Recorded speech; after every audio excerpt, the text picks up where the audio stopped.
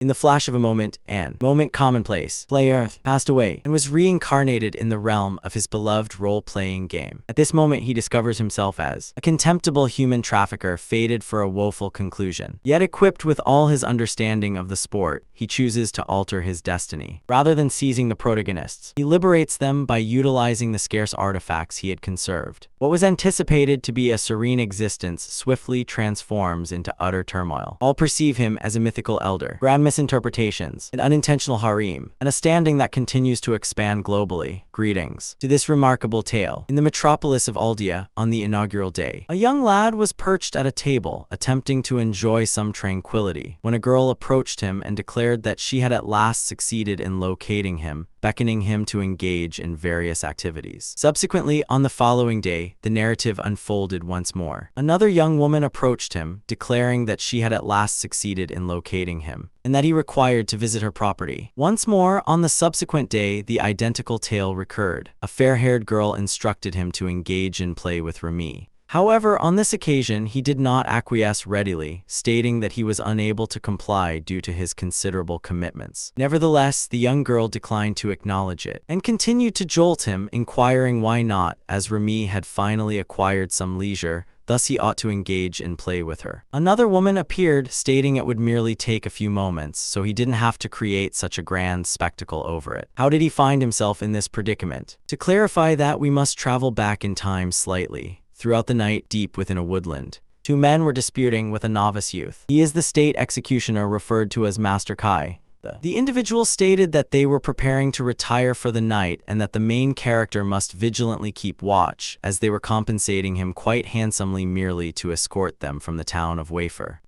The individual inquired if the main character could at least manage that, to which the main character affirmed. Furthermore, the individual mentioned that should the captives begin to shout, all the main character needed to do was subdue them, and they would quickly quiet down. Even though it hardly seemed that the main character possessed the power to accomplish that, Kai gazed upon his palm and started to feel anxious, questioning how circumstances had turned out like this. The final recollection he had was contemplating that he had pulled someone into a mishap, leading him to wonder if he had perished at that precise instant, and when he regained his composure, finding himself in that location without comprehending the slightest notion of what was occurring. Nevertheless, he possessed indistinct recollections that he inexplicably recognized that location. He started to contemplate it further and recognized that it closely resembled a game he had played recently. Nevertheless, at this moment he ought to have been contemplating alternative matters, for it was evident merely by surveying his surroundings that he aligned himself with the antagonist, a realization that left him utterly perplexed. Abruptly, he perceived a faint noise and glanced over his shoulder. Upon his arrival, he discovered that it was a metal enclosure, and the captives that the two fools had referenced previously were likely those young women. And if he was correct in the game he had participated in, all antagonists who were deemed unnecessary were promptly disposed of. If that were indeed true, then being present in that circumstance was an even more dire predicament than he had envisioned. Kai considered that perhaps it would be wise to escape as swiftly as feasible, and to achieve that, what he required was cash and a guide. And pilfering from unsavory individuals likely would not result in any form of retribution for him. If that truly was the match he had engaged in previously, then he could likely evade any difficulties, but prior to that he had to take action. He approached the young woman's enclosure and summoned them, proposing that they ought to flee in unison. However, the older girl inquired if that was a sort of jest, as she was fully aware that he was attempting to mislead them. The other girl with alabaster locks remarked that following all that had transpired, she perceived no justification whatsoever to place her faith in what the protagonist was asserting. The auburn-haired young lady concurred with the silver-haired woman, remarking that the main character could scarcely respond, and it was regrettable that events had not unfolded as he had intended.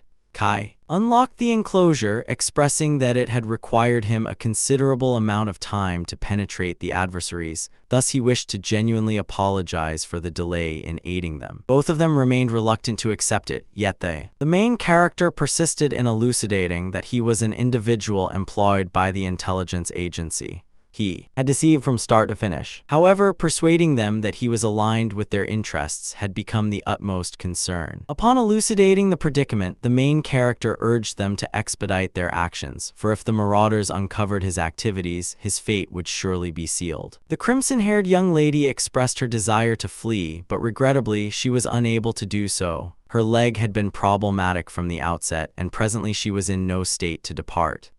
The silver-haired lady underscored that, as the main character himself could observe, she was visually impaired and unable to perceive anything. In addition to that, the unfortunate girl named Rumi was already utterly drained and had now fallen ill. Thus, even if they succeeded in fleeing that encampment, they would ultimately perish amid the depths of that woodland. The crimson-haired girl remarked that simply being aware that the main character was not an adversary was sufficient for them. The sightless girl expressed her gratitude for the bravery he was displaying in his efforts to rescue them. Yet, with her final ounce of strength, Rumi extended her quivering hand and, in a faltering voice, implored for assistance. This profoundly affected the main character. He remarked that fleeing was still preferable to remaining in that place, and if they were unable to walk, he would carry them. The crimson-haired girl was astonished and inquired about his precise intentions. The main character elaborated that he possessed a chart and was very familiar with the region, therefore he could confidently assure that all would be well. He requested Rumi and the sightless girl to grasp onto him,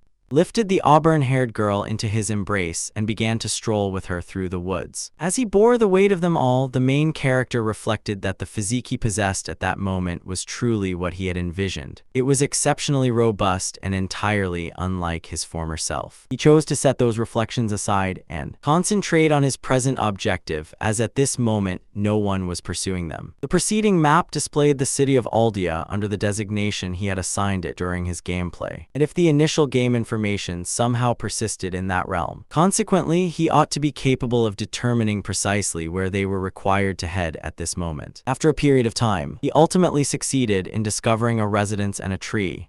The visually impaired girl inquired about the location of that place, and the main character clarified that it was essentially a refuge he had constructed himself. He gazed at a rock inscribed with various markings, requested the trio to remain in that location, and approached it, for if his memory served him accurately, the code ought to remain unchanged the moment he input the password. He succeeded in unlocking the door, and even while remaining within the residence, he found it hard to comprehend that it was still present.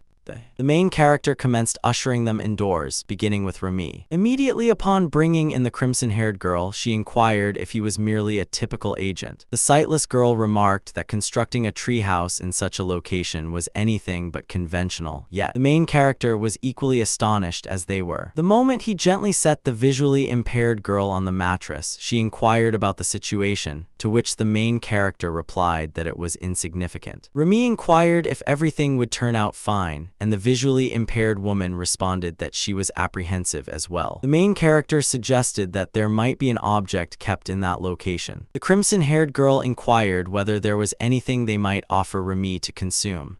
The main character unlatched one of his trunks and discovered that the belongings were precisely as he had anticipated, for the mechanism mirrored that of the game, confirming that those items remained intact. He stated that he possessed some medication and that it would likely be effective. However, the auburn-haired girl implored him not to jest during such a moment, as there was no chance that standard medicine would be effective on someone so frail. Nonetheless, the moment she glimpsed the bottle, she was astonished, and the main character remarked that it wasn't precisely conventional medication, so it was likely to be effective. However, the auburn-haired girl remained astonished by the hue of that elixir. The main character had never been one to retain items that were subpar, so those remedies were likely something exceptional, as he had engaged in that game for countless hours until he grew weary of it. That elixir was recognized as an immediate remedy. It rejuvenated vitality, stamina, afflictions, appetite, and all adverse consequences like toxins. Even within the game, that elixir had proven to be challenging to create. And he still possessed 117 of them, so finances likely would not pose an issue for him, and, based on the response of that auburn-haired girl, it might likely fetch a substantial amount as well. The young women started to ponder the true identity of the main character, as it seemed implausible for an ordinary operative to possess an asset of such significance.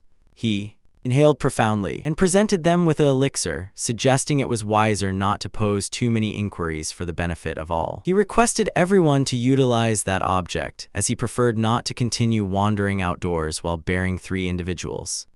The sightless girl inquired if that mythical, all-encompassing potion truly existed, and if there was a version available for her. The main character agreed and presented it to her. The moment the girl grasped the bottle in her hand, she was spellbound, as she found it hard to believe that it was truly occurring. Kai approached Ramai, asserting that she had managed everything remarkably well up to this point, thus she was equally entitled to enjoy her own drink. He uncorked the bottle and let its contents flow into her mouth. Upon sipping a small amount, her physique started to radiate. Moments later, her complexion and features transformed remarkably, and she expressed her gratitude for all that he was undertaking. The main character urged her to take a break for the time being, as that medication did not alleviate exhaustion.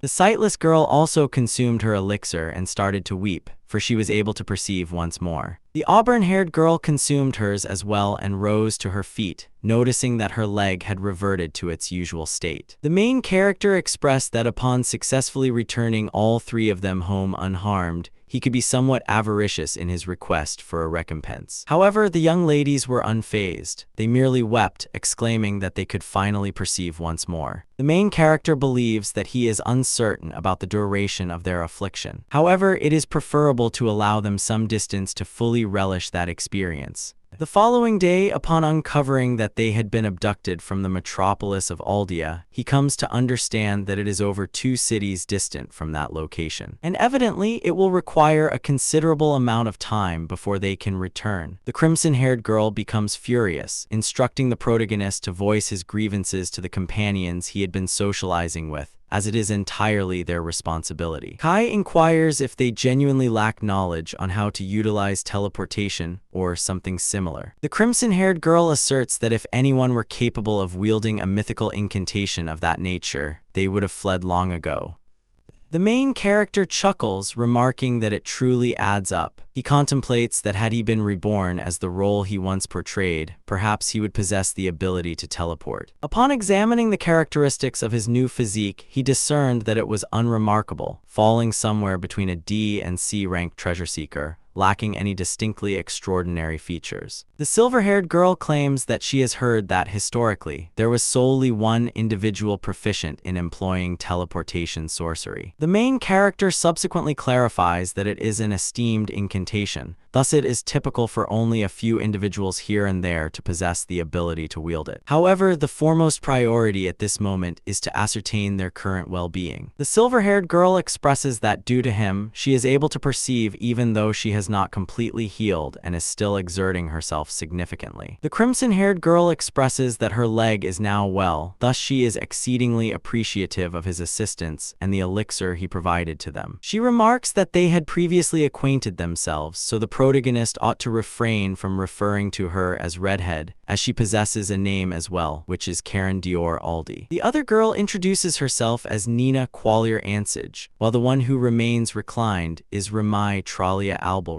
The protagonist reflects that these names are considerably more challenging to recall than those encountered in everyday life. He highlights that the significant dilemma currently is returning the trio to the city they once inhabited. Karen inquires whether that remains true even if those adversaries reappear, to which he responds that, regrettably, he cannot assure that. She is astonished and inquires the reason. He emphasizes that regardless of an individual's strength, there is no means to ensure an outcome that resides in the future. He believes that, in contrast to a game, this constitutes genuine warfare, with bloodshed and lives endangered. There exists a boundary to what understanding of the game can achieve, and he is determined to evade that boundary at any price, even if it means sacrificing other aspects. He emphasizes that they are unaware of the number of adversaries or their strength, thus if they wish to endure, the most advisable course of action is to evade conflict whenever feasible. Ultimately, each individual possesses a single existence, and upon their demise, it merely concludes. Consequently, he will exert every effort to evade a straightforward clash. Karen inquires whether he possesses any sort of strategy, and the main character responds that it is challenging to reply when she phrases it like that. Both of them are somewhat astonished. He attempts to soothe them, asserting that this is merely his perspective, yet the adversaries who have abducted them are likely monitoring the vicinity surrounding the city of Wafer. Given that it is the nearest city to that location, and as the main character hails from there, one might infer that he has some affiliation with it. And precisely for that reason, rather than proceeding northward, they will travel southward, traversing the woodland and moving through the village situated directly beneath it. Even if it incurs some expense, they can request assistance from someone to arrange for carriages to be sent for them. Harem expresses disappointment, stating that they possess virtually nothing. However, the main character counters by revealing that he has a small sum of money acquired from one of the attackers, suggesting that they can utilize it entirely, as they will require new attire as well. He believes it is wiser to spend generously and present themselves as more benevolent, given that the locals are rather unforgiving towards intruders. Nina inquires about the protagonist's motives for assisting them so extensively, especially since he even utilized an extraordinarily precious universal remedy and should have refrained from disclosing his status as an agent. Kai finds himself at a loss for a response, recalls the narrative he had relayed to them, and comes to the conclusion that he is a dreadful deceiver. However, he persists with the fabrications, claiming that they should express gratitude to their guardians, for if he had not received directives from higher authorities, he would not be engaged in any of this. Ramai begins to regain consciousness, and the main character observes and inquires whether she may converse in a typical manner. She states that she is alert and in good spirits. However, he believes it is somewhat tardy for all of that. He emphasizes that they must refine that strategy more effectively. When night falls, they should cleanse themselves in the river, as venturing out during daylight could lead to complications, given the possibility of being observed. Nina claims that she possesses the ability to wield cleansing sorcery. The main character asserts that she can apply it to the other two, as he intends to cleanse himself in the river, since he cannot permit a child to tend to him. Harem expresses her astonishment, remarking on the unexpectedness of the protagonist's lack of knowledge regarding its use, as it would be exceptionally beneficial for an operative. Kai clarifies that the more they utilize such advantageous magic, the more likely they are to attract notice. Harem comes to the realization that, indeed, he is not merely an average individual. Nina employs cleansing sorcery on the pair of them, and concurrently, the main character immerses themselves in the river. Once everyone is tidy, they begin reviewing the strategy once more, and, with everything arranged, he dons his armor, declaring that it is time to depart. A week later, in the town of Aldia, an individual is instructing his subordinates to dispatch that critical report.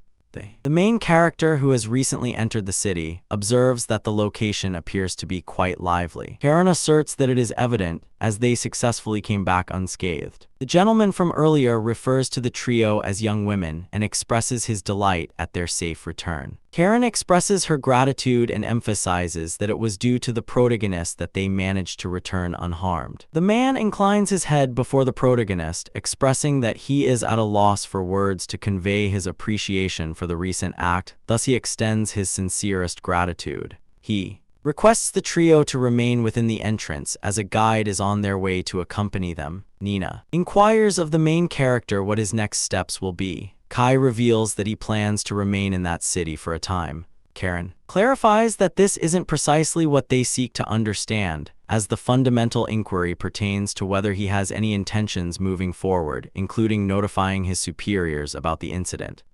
It astonishes him, for in reality, he lacks any strategy whatsoever, yet he must think on his feet. Harem suggests that he should accompany them, as she would risk losing some standing if she failed to provide him with an adequate reward. The protagonist responds that she can compensate him another time, since he is pressed for time at the moment. Nina mentions that her family would also like to participate, but Kai interjects, stating that can wait as well. And the same applies to Remy. However, she insists that she does not desire that either. Kai turns his gaze away, admitting that he feels the same. The reality is that he was utterly fatigued, for unlike in a game, he needed to remain vigilant at all times, constantly on alert, and that was beginning to take its toll on him, so he required rest soon. He requests that they adhere to the sentry's directives and remain in an isolated chamber, for they are unable to unwind until they are genuinely at home. Karen acknowledges her comprehension and highlights that the main character is excessively wary. Nina grins and expresses her gratitude once more for all his efforts and for keeping them safe. Remy clings to Kai's arm, yet he requests that she remain with the rest of the group as well. As the trio starts to trail behind the sentinels, the main character declares that he will now entrust everything to them. Yet, the identical individual from earlier inclines his head once more, pleading with him to allow them to express their gratitude appropriately once again, as they are genuinely thankful for his rescue of the trio. Kai responds that such gestures are unnecessary, since he merely acted in accordance with righteousness, yet at present he genuinely needs to gain access to the city. The knight declares that he can fully acclimate to that city immediately after the protagonist departs. The other sentinel's inquiry, questioning the identity of that individual, as he was extraordinary. However, the initial sentinel who had encountered them asserts that, in reality, that lad is a beast, and any observer can discern simply by gazing, as he attempted to employ evaluation on the main character, yet all he was able to recognize was an exceptionally uncommon artifact from a level 8 dungeon, indicating that they remain unaware of the true capabilities he is concealing. Once the remaining sentinels learn that it was an 8th tier dungeon, they are filled with trepidation, as only a pair of prestigious clans have successfully navigated that realm to date. Ultimately, he not only confronted the ruthless criminal syndicate known as Red Freed, but he also saved all 3 of them unscathed. And he also placed a high importance on their security and stayed vigilant to his environment, even as he approached the city. Thus, he can assert with confidence that that individual is an exceptionally seasoned expert. Furthermore, he is quite eager to behold the visage concealed beneath that armor. The 2 other sentinels are astonished, inquiring if the identity of that man was genuinely not verified, as that amounts to sheer negligence. However, the initial sentinel advises them against speaking foolishness, for how could they regard an individual who jeopardized his life to rescue the 3 young women as a wrongdoer? Additionally, they must refrain from any actions that could slight him, as he is entitled to preferential treatment. The additional guard remarks that this isn't precisely what he intended, for in reality, the protagonist had utilized 3 esteemed universal elixirs as if they were trivial. Now, upon further reflection, it becomes entirely logical that he would possess a sufficiently elevated level to conquer an 8th tier dungeon. The captain is astonished, inquiring whether he truly utilized a mythical cosmic potion. His junior inquires whether the captain had overlooked the fact that all 3 of them were entirely healed. Lady Karen's leg had been an issue, yet she was now walking without difficulty. After all, they had heard earlier from the trio. They mentioned that he does not squander time on matters that are not exemplary. Evidently, he nonchalantly relinquished those medications as if they held no significance for him, which renders him even more ludicrous. The commander is taken aback and states that this is an exceedingly pressing issue, instructing his subordinates to inform their higher-ups of all they are aware of regarding the main character,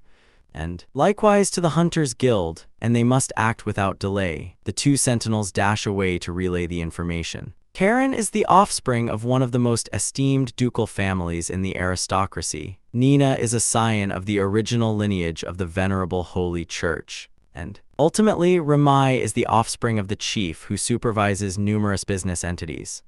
The central character had been conversing typically with the trio, referred to as the 3 illustrious ones, even beyond the confines of that city. Furthermore, he disregarded any form of compensation despite utilizing a universal potion that could be traded for immense wealth. Moreover, he is a demonstrated victor, possessing an artifact from a level 8 dungeon.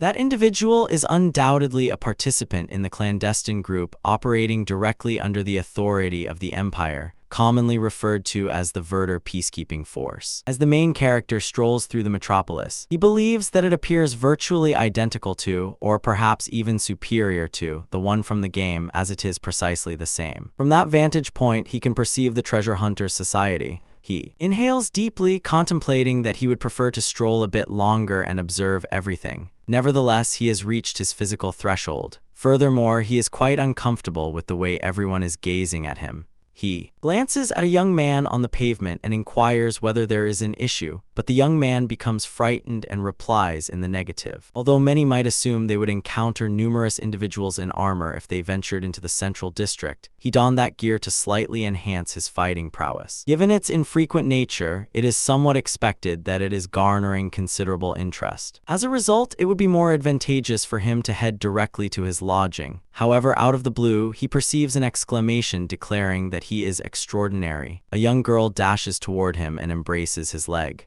A brief time later, Karen had already reached her residence. Her father was astonished that she had come back unscathed, as he was overwhelmed with joy to have her home again. She implored him to cease his tears, given that he had already embraced her for several moments. He requested that she permit him, at least for the time being, to remain embracing her, as he had been quite anxious. He endeavors to regain his composure and expresses his regrets, acknowledging that she is correct and that evidently her leg has indeed healed due to the miraculous potion. Ultimately, he had initially learned that she had come back unharmed, and astonishingly, her leg had been entirely healed. Despite years of wielding his power, he had never been able to acquire a remedy of that nature. And that individual casually produced a universal remedy, as though it were the most ordinary occurrence imaginable. Karen asserts that without pausing for even an instant while attempting to express her gratitude, the main character audaciously suggested that she could settle the debt another time. It's not as if he was unaware that she is the offspring of a duke. The father grasps a note in his hands, indicating that he wishes to verify several details. The individual who salvaged them identified himself as a covert operative and single-handedly extricated everyone. Karen is astonished, inquiring whether it was not her father who had dispatched him to rescue them. The Duke inhales deeply, replying in the negative, for had he any ties to an individual like the protagonist, he would have procured the elixir for her long ago. He indicates that the main character likely recounted that tale to provide them with emotional solace until they could return home. Karen inquires why he rescued them, considering that Nina and Ramai were also unfamiliar with him. The Duke suggests that it could be due to his role as a covert operative. She asserts that the main character likely possessed knowledge regarding the illicit organization referred to as Red Freed. Her father asserts that it remains ambiguous whether the main character's objective was to apprehend the outlaws or to liberate them, and at this point, all they can do is wish it was not the former. If so, he jeopardized his genuine purpose in a bid to save the three of them. Karen inquires if they are genuinely going to rely solely on hope, as the appropriate course of action would be to dispatch a formal letter of gratitude to the organization he is affiliated with, given that they ought to provide assistance in any way possible. Her father responds that doing so would merely place a noose around the protagonist's neck, as his retribution is likely to be even more severe, given that an intelligence operative, by definition, is an individual whose identity must remain concealed at all times. Karen is astonished and inquires whether that implies her father is aware of the group to which the protagonist is affiliated. The Duke replies in the affirmative. Due to a notification received 2 days prior indicating that the gang of criminals had been apprehended close to the town of Wafer, Karen is astonished, since the main character was acutely aware of the adversary's presence. That is the reason he chose an alternate route. The father forcefully places the letter on the table, asserting that he now comprehends everything, and that the protagonist's lineage is precisely what he had anticipated. Although it remains unverified, the faction that apprehended Red Freed seems to be the contingent directly overseen by the Empire referred to as Verder. Karen is even more astonished, inquiring if her father is referring to the genuine Verder. This is a clandestine entity operating under the direct oversight of the Imperial Metropolis, assigned with the responsibility of upholding civic order. It is claimed to consist primarily of the finest treasure seekers and premier among the premier. Her father affirms that it is indeed the very organization that instills fear in all criminal factions. Furthermore, it is conceivable that within Verder, the protagonist occupies a leadership role and possesses the authority to operate independently. He grips his daughter by the shoulders and implores her to pay close attention, as she must not disclose the protagonist's genuine identity to anyone. Since he identified himself as an intelligence operative to soothe them and facilitate the rescue, they must not compromise that noble intent in any manner. Karen, still somewhat apprehensive about the entire narrative, informs her father that she comprehends. Furthermore, the Duke emphasizes that it is self-evident, yet they are obliged to settle that obligation to the fullest extent. Meanwhile, as the main character remains in that city, their sole alternative is to locate him through his obsidian-hued gear. He requests that she summon Lithia, as he wishes for both of them to extend an invitation to the protagonist should they chance upon him. The Duke reclines in his seat and exhales deeply, pondering that this is not an aspiration he ought to desire, yet it would be perfect if the central figure were regarded as a cornerstone of the establishment. As he occupies a prominent role, he ought to possess sufficient sway to avoid facing such harsh repercussions. The individual who rescued his daughter is esteemed, and for that reason he vows to repay this obligation, regardless of the time it may take. He believes that the Ansaj lineage in the Elblara household will undoubtedly arrive at the same determination. The following day, around midday, the main character finds themselves in the urban dining establishment relishing a delectable portion of meat.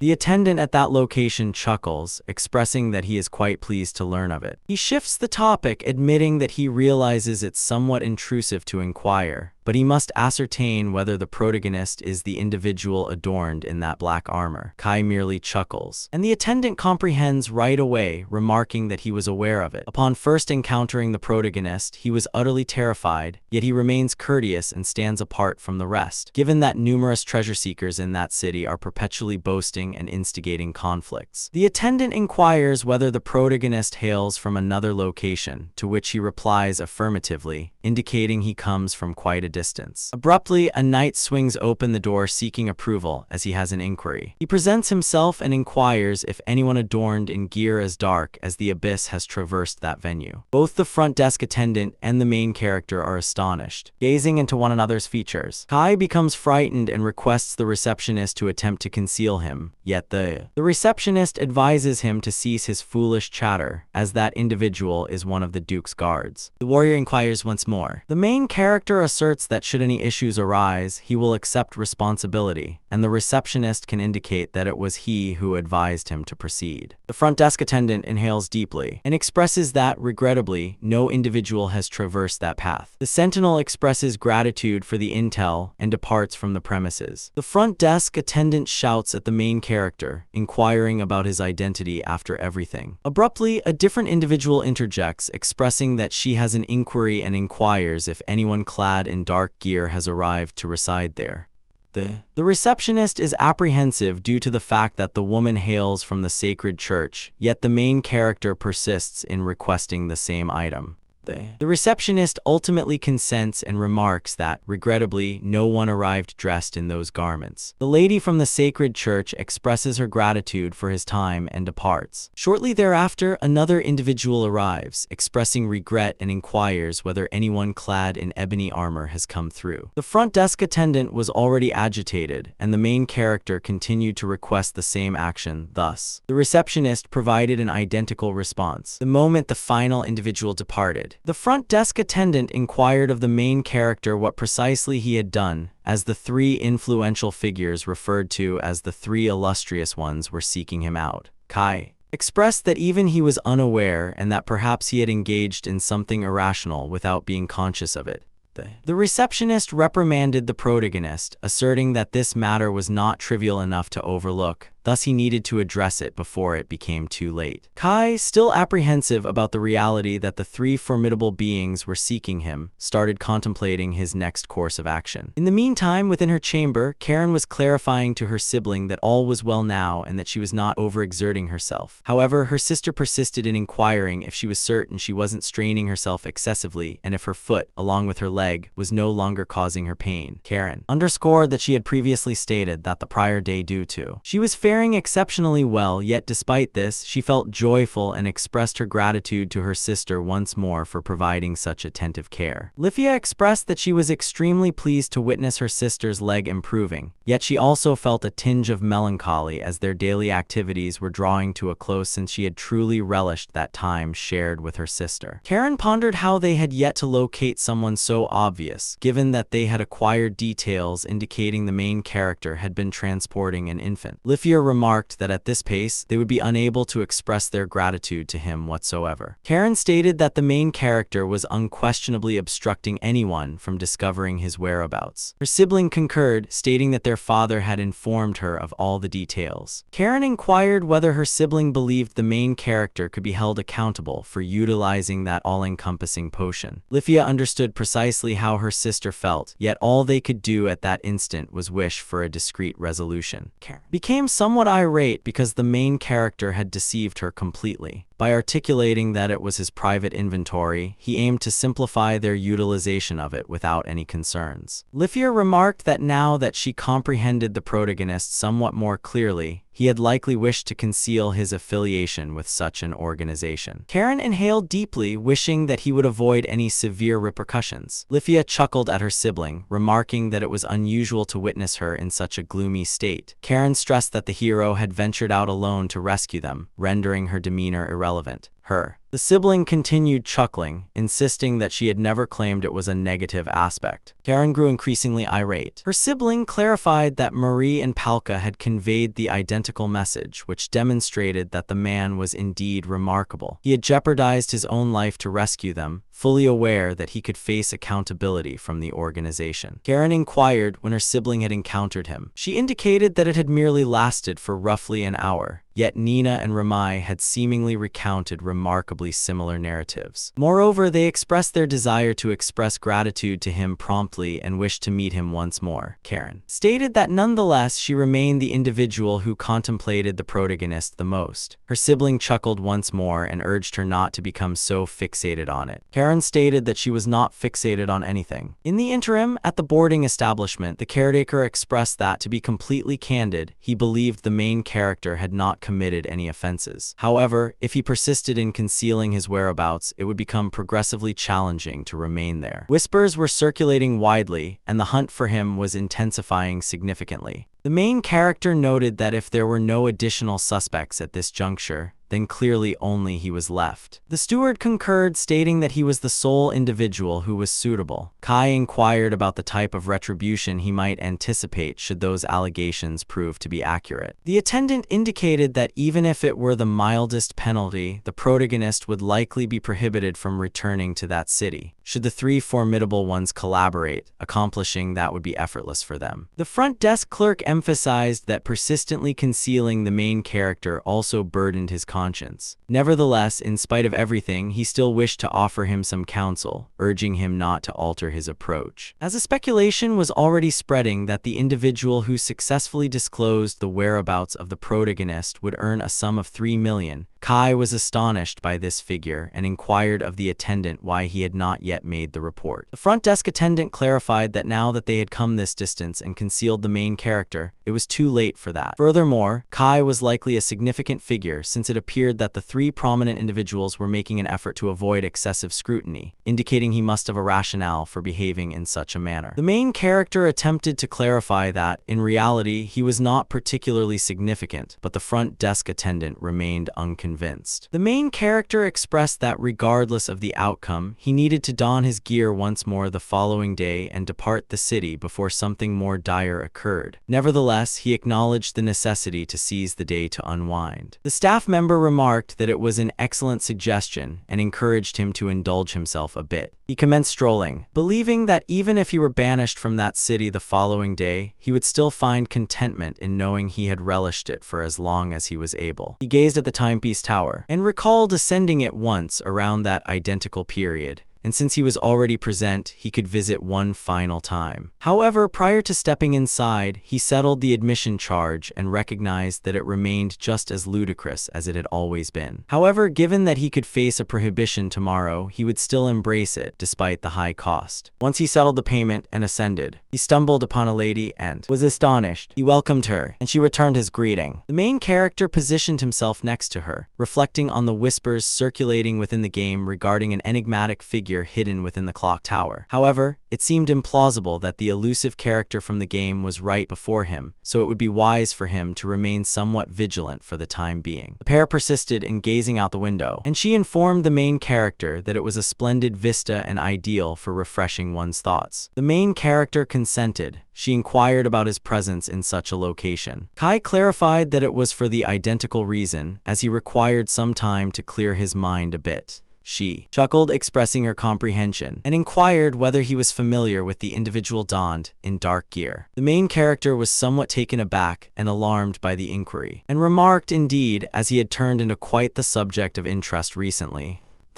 The young woman mentioned that numerous individuals were seeking him out, herself included, as she was eager to encounter him face to face. The main character was taken aback by the term encounter and inquired whether that man had committed any wrongdoing. The enigmatic woman replied negatively, stressing that the man was not being sought after due to any misdeeds he had committed. Kai inquired as to the reason behind his being sought after. Thus, the young woman expressed her regret and stated that segment was classified. The main character concurred, stating that it was quite reasonable, and believed that merely being aware he was not being pursued due to any wrongdoing was sufficient. She glanced down and noticed that her coach had arrived. She bid farewell, stating that her companion had just shown up. Kai attempted to converse with her further, but ultimately felt ashamed. She chuckled, indicating that they might achieve significant advancement in the near future, and expressed gratitude to him once more for his consideration. Yet the main character remained uncertain about the true identity of that woman. woman. Outside, Lifia felt delighted to discover that her sister had arrived to collect her that evening. Karen stated that if she ventured out in that manner, perhaps they might locate the central character but her. The sibling no longer appeared to be as pleased with the situation, as it seemed she was merely a supporting character in that narrative. Karen asserted that her sister was far from a mere supporting role, emphasizing that both of them held significant importance. Lifia chuckled and expressed her regrets. Once the duo boarded the carriage, Karen expressed that the mask was quite awkward. Her sibling replied that despite that, she was nonetheless thrilled to see her younger sister come to collect her.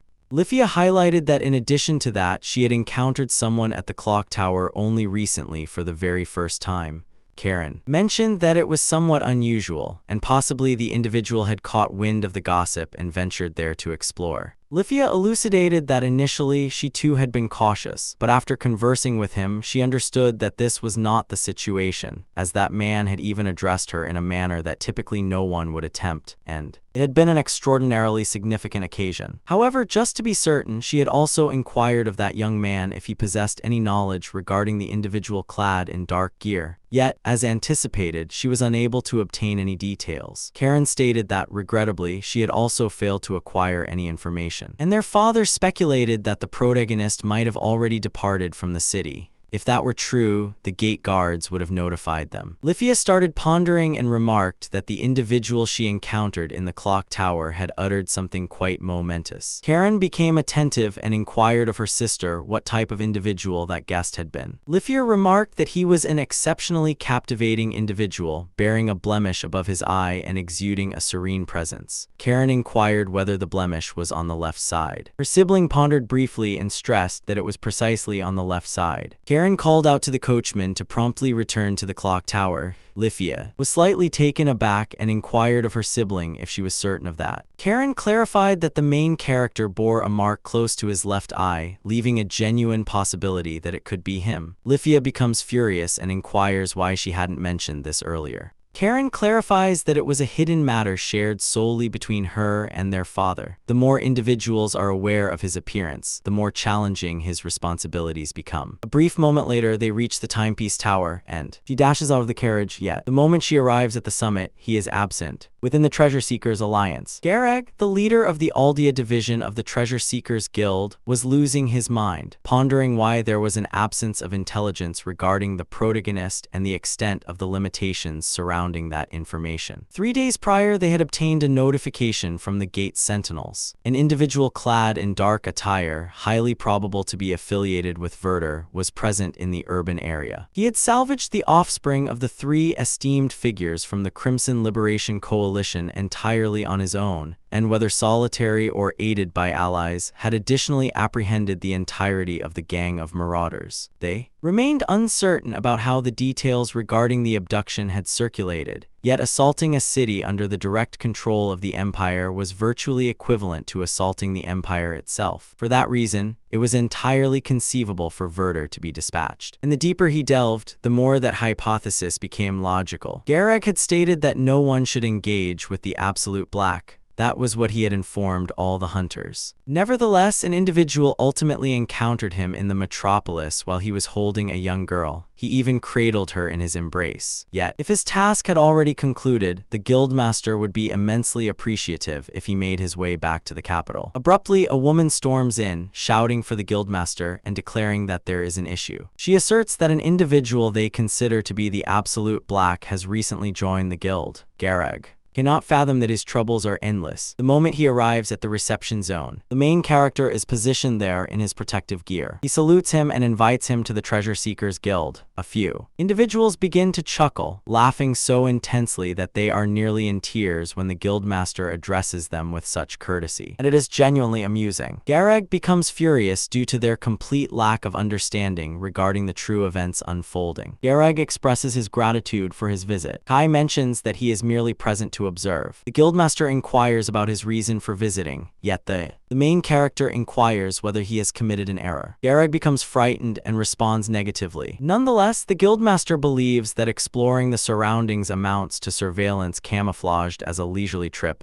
and if he intends to deceive, he must at the very least improve his execution. Yet, he perceives that the main character's stance is slightly altered, and maybe he has already comprehended that the guild is aware of his identity. Thus, he chose to venture there to deceive, and that understanding and demeanor demonstrate that this individual is, indeed, on a different plane. Ultimately, Garag had always aspired to become a member of Verder one day, yet despite the considerable renown he amassed, he was never enlisted. However, now that he has succeeded in observing a member in proximity, he realizes they are genuine beasts with entirely uncharted power and capabilities. Kai mentions that as he is merely present to explore, he would appreciate the opportunity to view the Guildmaster's office and inquires if that is acceptable. The Guildmaster affirms positively. Thus, the two of them commence their journey in that direction. A few of the observers present are not entirely at ease, and one individual inquires of the others about their opinions. Another remarks that he appeared excessively vulnerable, as if he were anticipating someone to provoke a confrontation with him. The girl starts shaking in terror, stating that even the Guildmaster must behave with such a degree of reverence. This implies that if that individual becomes uncontrollable, they will be unable to restrain him. Another young individual concurs, stating that they possess no opportunity whatsoever, whereas the emerald-haired individual expresses a strong desire to discover who would emerge victorious, the utter darkness or that foul creature. A single misinterpretation begets another, propagating akin to a domino effect, and the main character is oblivious to the fact that others are exacerbating his predicament to an increasingly ludicrous extent. A little while later, Kai expresses his gratitude to Garag for all his assistance, and the master requests that he return once more. However, the main character is apprehensive because he never anticipated that the Treasure Hunters Association would be such a daunting establishment, so he will refrain from returning there. Furthermore, he contemplated that there was a possibility the individuals searching for him might locate him, as throughout the entire period, he believed he was heading to a location where he would not draw excessive notice. Yet with that armor, all gaze upon him as though he were a felon. In the game, the Guildmaster possessed a manner of speaking that corresponded with his appearance. He was not expected to be as courteous as he had been. Furthermore, he was perplexed as to why he was regarded as a significant individual. Yet, nonetheless, he considers it to have been a remarkable experience.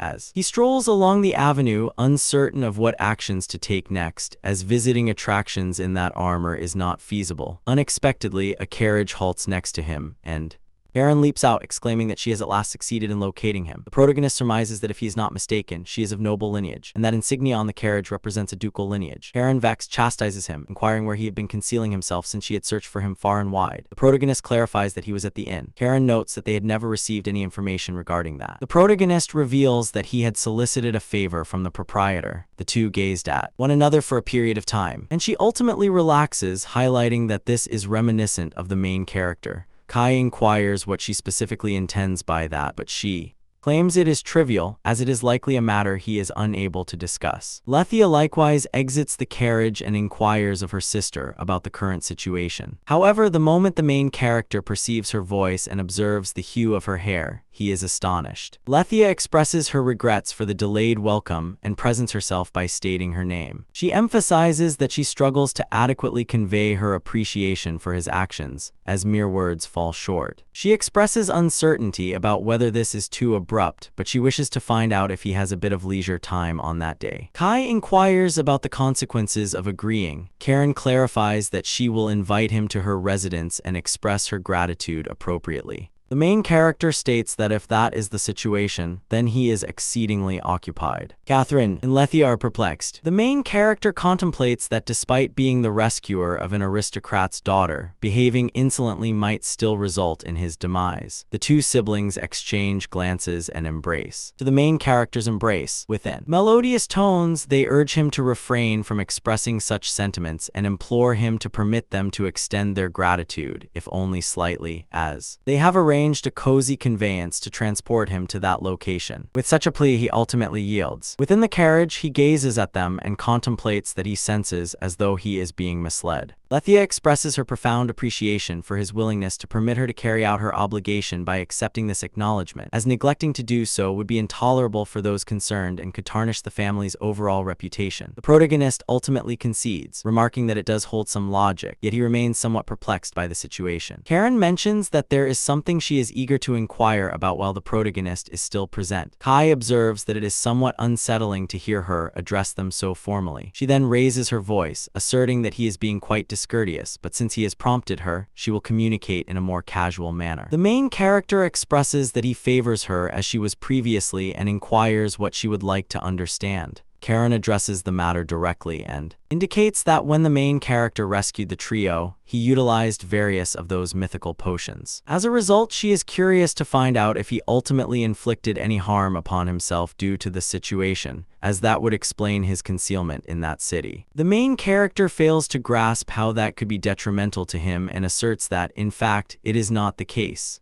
To start with, all those elixirs belong to him. Both of them remain astonished by that response. Karen continues to press, inquiring whether the protagonist is not troubled by shouldering all of that by himself, as perhaps they could assist him if he could merely clarify the circumstances. Matters would have turned simpler, yet Kai is utterly bewildered, questioning why he is unable to comprehend their logic, which leads him to ponder how he might persuade them that he is genuinely okay. He chooses to express that he has no remorse for his actions, not even for an instant. Should her legs have been mended due to his deeds, he finds contentment in that. Rather than fretting over him, he would prefer them to relish their experiences and partake in activities they were previously unable to enjoy because he is capable of managing his own issues. Both of them are captivated by that oration and exchange glances. Lethia starts to chuckle and refers to Kai as master, expressing that there are genuinely no phrases to convey her gratitude. The protagonist reflects that the address was, in some way, impactful. He shifts the topic, stating that he has a favor to ask of both of them. Lethia inquires about what it is. The main character clarifies that upon encountering her father, who holds the title of Duke, if he inadvertently utters something offensive that incites her father's ire, they must promptly intercede. Should they take this action, he will forego any compensation for the remedy. Karen inquires whether he is genuine and if the sole price he seeks for that mythical cure is merely this. Kai asserts that he is quite earnest since he is merely an average individual, and power is what frightens him the most. Kai believes that nothing is more important than ensuring his survival. Both of them continue to be astonished. Lethia softly informs her sister that, even for an individual concealing his genuine identity, that was an abysmal rationale. Karen concurs, stating that the narrative was conveyed extremely ineffectively. She informs the main character that she comprehends, yet she wishes to emphasize that she believes there is no possibility for the protagonist to provoke her father's ire, regardless of his words. Lethia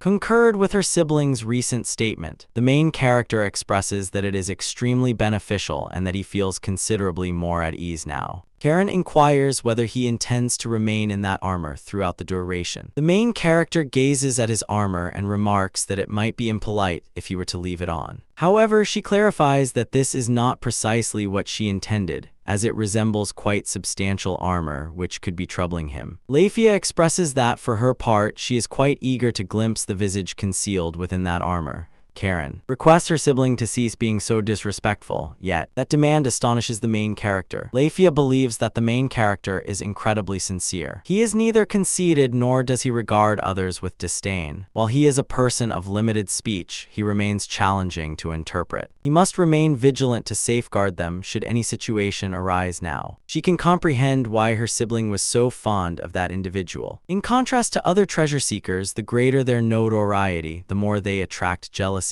Consequently, numerous individuals start to behave haughtily and flaunt their prominence. However, the main character, despite possessing greater influence and renown than anyone else, remains modest. He vanquished that ruthless criminal syndicate and jeopardized his life to rescue her younger sibling. As a result, she is unable to elevate her demeanor due to her substantial indebtedness to him. Nonetheless, he never exploits this situation. This leads her to contemplate the extent of his admiration among those in his circle. Kai expresses expresses that he is feeling somewhat anxious. Karen inquires how he can claim that with such an expression. The main character expresses regret that she was rescued by someone as mundane as him. Karen asserts that it is entirely dissimilar since she is not so unappreciative. Lifea continues to chuckle, believing that even though the main character is likely affiliated with the clandestine faction of the imperial capital, he still expresses his anxiety about facing a duke, and he likely only mentioned that to provoke Karen slightly. Being the offspring of a duke, she often interacts with other aristocrats due to the age disparity, and additionally due to their pursuit of matrimony. None of them has ever invested time with Karen. Naturally, those situations were unavoidable, yet the manner in which the main character interacts with her sibling brings her a sense of joy greater than she has ever experienced. Lifea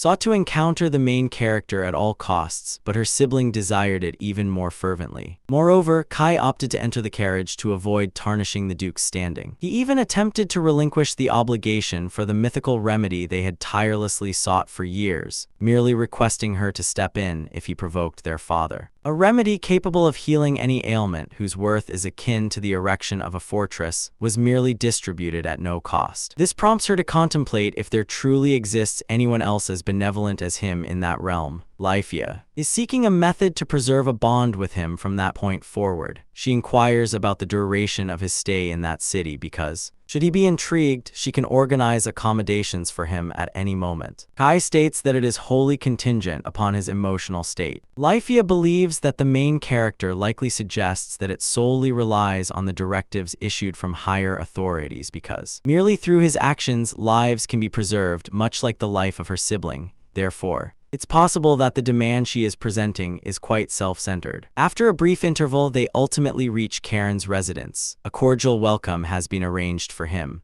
and immediately upon the opening of the carriage door, all greet him at the Duke's abode. Kai is astonished and inquires why they undertook such elaborate gestures. Lifea clarifies that this is her family's method of demonstrating reverence. The protagonist exits the carriage, expressing that they didn't need to go to such lengths, as he fears complications may ensue if individuals of such elevated rank begin to treat him in this manner. The main character reaches out his hand to assist her in descending from the carriage. Lifea clarifies that this was a shared choice, ensuring there are no issues. Should anyone express dissent, they can promptly take action because disregarding respect is a grave transgression in their eyes. The main character feels somewhat apprehensive, yet expresses that he comprehends. He additionally assists Karen in descending from the carriage, all the while contemplating that it seems as though someone is on the verge of facing grave retribution. The chief maid addresses the protagonist as Lord, expressing that they had been anticipating his presence with great enthusiasm. The captain of the guard remarks that they are privileged to have him in attendance and that their gratitude is heartfelt. The maid informs him that the master and mistress are expecting them in the adjacent chamber and that she will accompany them there. Karen encourages him to have a good time, while her sister expresses gratitude for his acceptance of the invitation. Kai inquires about the plans for the two of them. Karen clarifies that they must depart for the time being as their presence would merely be a hindrance, given the significance of the discussion at hand. Lifea mentions that, in return, they will be awaiting in the adjacent room. Thus, should any occurrence arise, they will respond without delay. The main character believes it would be immensely beneficial if they remained, yet acknowledges that he assumes there is no alternative. Kai contacts the captain and expresses that he is uncertain about how to articulate this. However, it would be quite beneficial if he retained that blade for himself. The commander of the Sentinels is astonished and inquires whether he is certain. Karen is equally astonished, stating that the central character had not relinquished it throughout the entire voyage to the city, indicating its significance. Furthermore, no entity within that residence believes the protagonist will deceive them.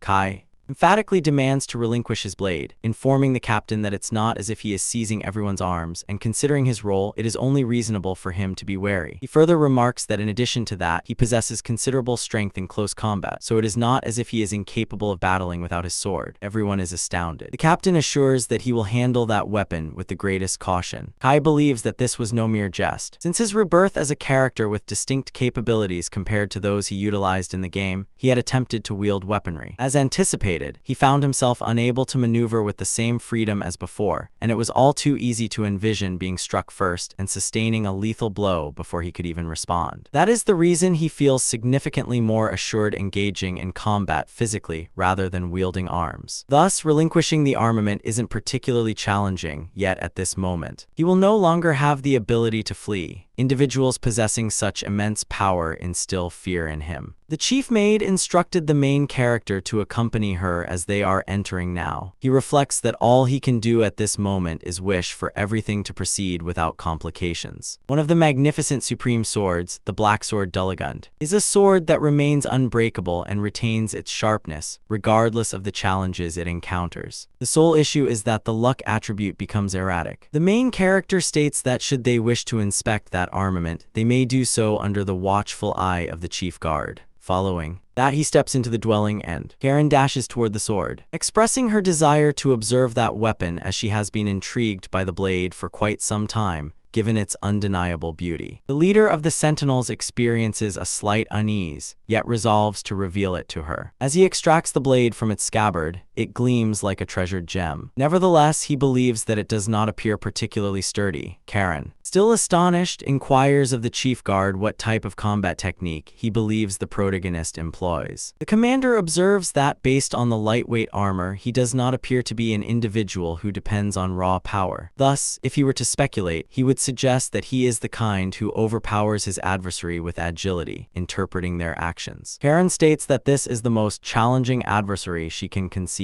The commander presents the blade to her, requesting that she grasp it with both hands as tightly as she can. The moment she grasps it, he declares that he plans to release it. Karen comments that the blade is quite weighty, resulting in her losing her equilibrium. The blade grazes the ground, and although it was merely a delicate contact, it was sufficient to immediately form a gash, stunning the trio. Recognizing the formidable nature of that sword, Karen returns it to the captain, who gazes at it, contemplating how it cleaved through stone with such a feeble strike, as if it had merely brushed against it, while the blade remains completely unblemished, indicating that not even armor could endure that sharpness. He reholsters the blade once more, contemplating that he had listened to the hero's tale, yet questioned whether he truly hailed from Verdure. Nevertheless, witnessing his command over such a formidable weapon, wielding it with such effortless grace, while still being reputed to be even more powerful without arms, underscores the true menace of that individual. The commander inquires if Karen is fine, and despite shaking, she responds affirmatively. Lyphia emphasizes that they must convey this information directly to their father, and the captain concurs. In the meantime, the pair was seated outside the chamber, eavesdropping. To the dialogue, Karen informs her sibling that she was already aware. Lyphia interjects, stating that they were not permitted to accompany him as they were preoccupied with Kai. Nevertheless, she could discern from his tone and stance that he was bending profoundly, in order to maintain his honor as a duke, thus, that he would not be condescended to or reveal his vulnerabilities. He consistently presents himself as the one in command. Karen, still distressed about the predicament, confides in her elder sister that she can no longer confront their mother or father, as she never anticipated they would take it to such lengths as to compel the protagonist to submit. Lyphia acknowledges that her sibling is genuinely distressed, and inquires whether she genuinely believes she has the luxury to feel disheartened. Karen is taken aback by that remark and inquires about what her sibling is truly implying. Lyphia elucidates to her sibling that, above all, there exists the issue of her precisely shaping those meticulously chosen stones in the thoroughfare. Thus she must clarify that. Karen recognizes that she consistently finds herself creating dilemmas, yet her sibling suggests that she might ultimately be lauded as a master of the sword. Karen indicates that there is no possibility of that occurring, as she exerted no effort whatsoever. It was entirely due to the immense power of that blade. Nevertheless, she understands that there is no way out and inhales deeply, declaring that she will transform into an ideal daughter in every regard and atone for all the distress she ultimately caused. Lyphia urges her to recall the protagonist's words, as she must accomplish what she was unable to achieve in the past and embrace life to the utmost. Therefore, she lacks the leisure to feel despondent. Karen finds joy, and her sibling persists in stating that the main character attempted to conceal it, yet she ought not to overlook that he was the one who restored her legs, presumably at the peril of inciting the Emperor's wrath. They persisted in eavesdropping on portions of the dialogue. Their father expressed that he genuinely wished to express his gratitude to the main character, while the woman remarked that she was willing to meet any demand with utmost honesty.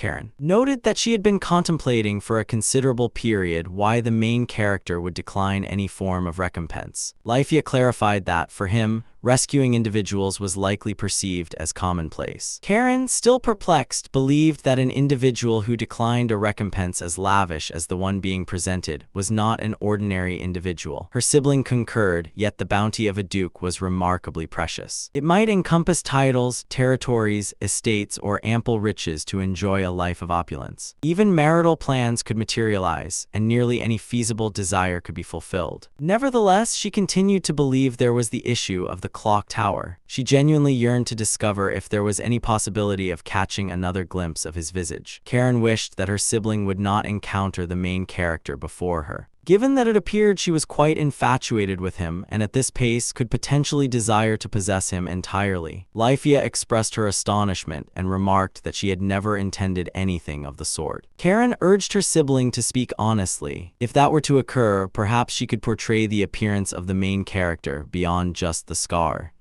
The pair gazed at one another, anticipating who would initiate the first action. Lifea clarified that she wasn't attempting to monopolize the protagonist and that the sole emotion she experienced was intrigue towards him. Karen believed it would be wiser to prevent her sister from encountering him. Lifea became furious and inquired the reason. In that precise instant, the Duke and the lady felt slightly apprehensive. Duke Digote stood before the figure adorned in armor as shadowy as his name, Shikoku, and he continued to behave in utterly unpredictable manners. Digote was perplexed by the protagonist's unusual generosity towards them, considering it was his family that was indebted to that individual who behaved modestly, as if striving to uphold the Duke's honor. Ultimately, the main character was extending to them the equivalent degree of esteem that they were showing him. Digote remained convinced that there was no justification for Kai's remarkable generosity, as he had not issued a single request. Furthermore, he likely understood that he was situated in a circumstance where he could request virtually anything, and also recognized that they were in no condition to decline.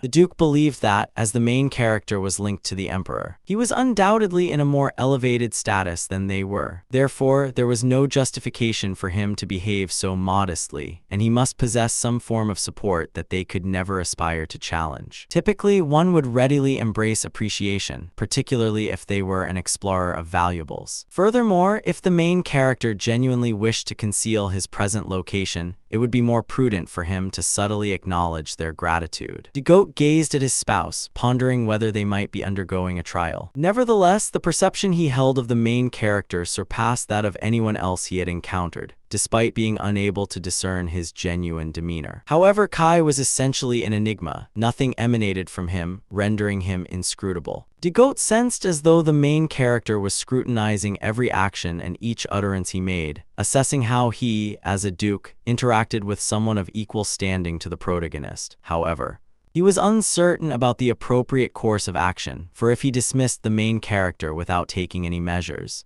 that would undoubtedly tarnish his family's reputation and incite speculation. Experiencing such treatment made the Duke comprehend it even more acutely. Not everyone appreciates appreciation for its perceived worth, and perhaps he was guided to confront his own shortcomings, as the main character left no opportunity unaddressed. Kai had even employed a mythical elixir to preserve his daughter's limb, and left no possibility that could jeopardize the family's well-being. This signified that he had not merely rescued the Duke's daughter, but was also compelling the Duke to confront his own shortcomings, which was rather pitiable. Nonetheless, Digote believed he ought not to be confined by that, as he genuinely felt that encountering the mythical Shikoku was an honor. Digote indicated that his forthcoming statement could be regarded as a slightly awkward appeal, yet it pertained to the dignity of his family, and he implored the protagonist to permit them to extend a proposal. Kai was taken aback by the proposal, expressed his comprehension and consent, noting that they could proceed with an endeavor, but it must remain within reasonable limits. The woman requested that he refrain from being overly modest, as the privilege of expressing gratitude was wholly theirs. Digote inhaled profoundly and expressed that he would like to present 3 gifts in appreciation: a residence they possessed, a financial compensation, and the complete formal endorsement of the Duke's lineage. The main character was astonished. However, Digote and his spouse inclined their heads, imploring him to acquiesce. Digote believed his assessment was accurate, for from the protagonist's perspective, that residence would serve as a stronghold in Vental, and from their standpoint, it would enable them to establish a link with an individual associated with the capital. Kai grasped the Duke's hand, stating that under those circumstances, he would receive it with appreciation. De Goat believed he had ultimately succeeded in providing the correct response. He noted that if the main character had any leisure time today, he would greatly appreciate it if his daughters could assist him in navigating his new residence. Kai consented once more and expressed his gratitude for the thoughtfulness. De Goat requested his spouse to escort the main character to the adjacent chamber where his daughters were located.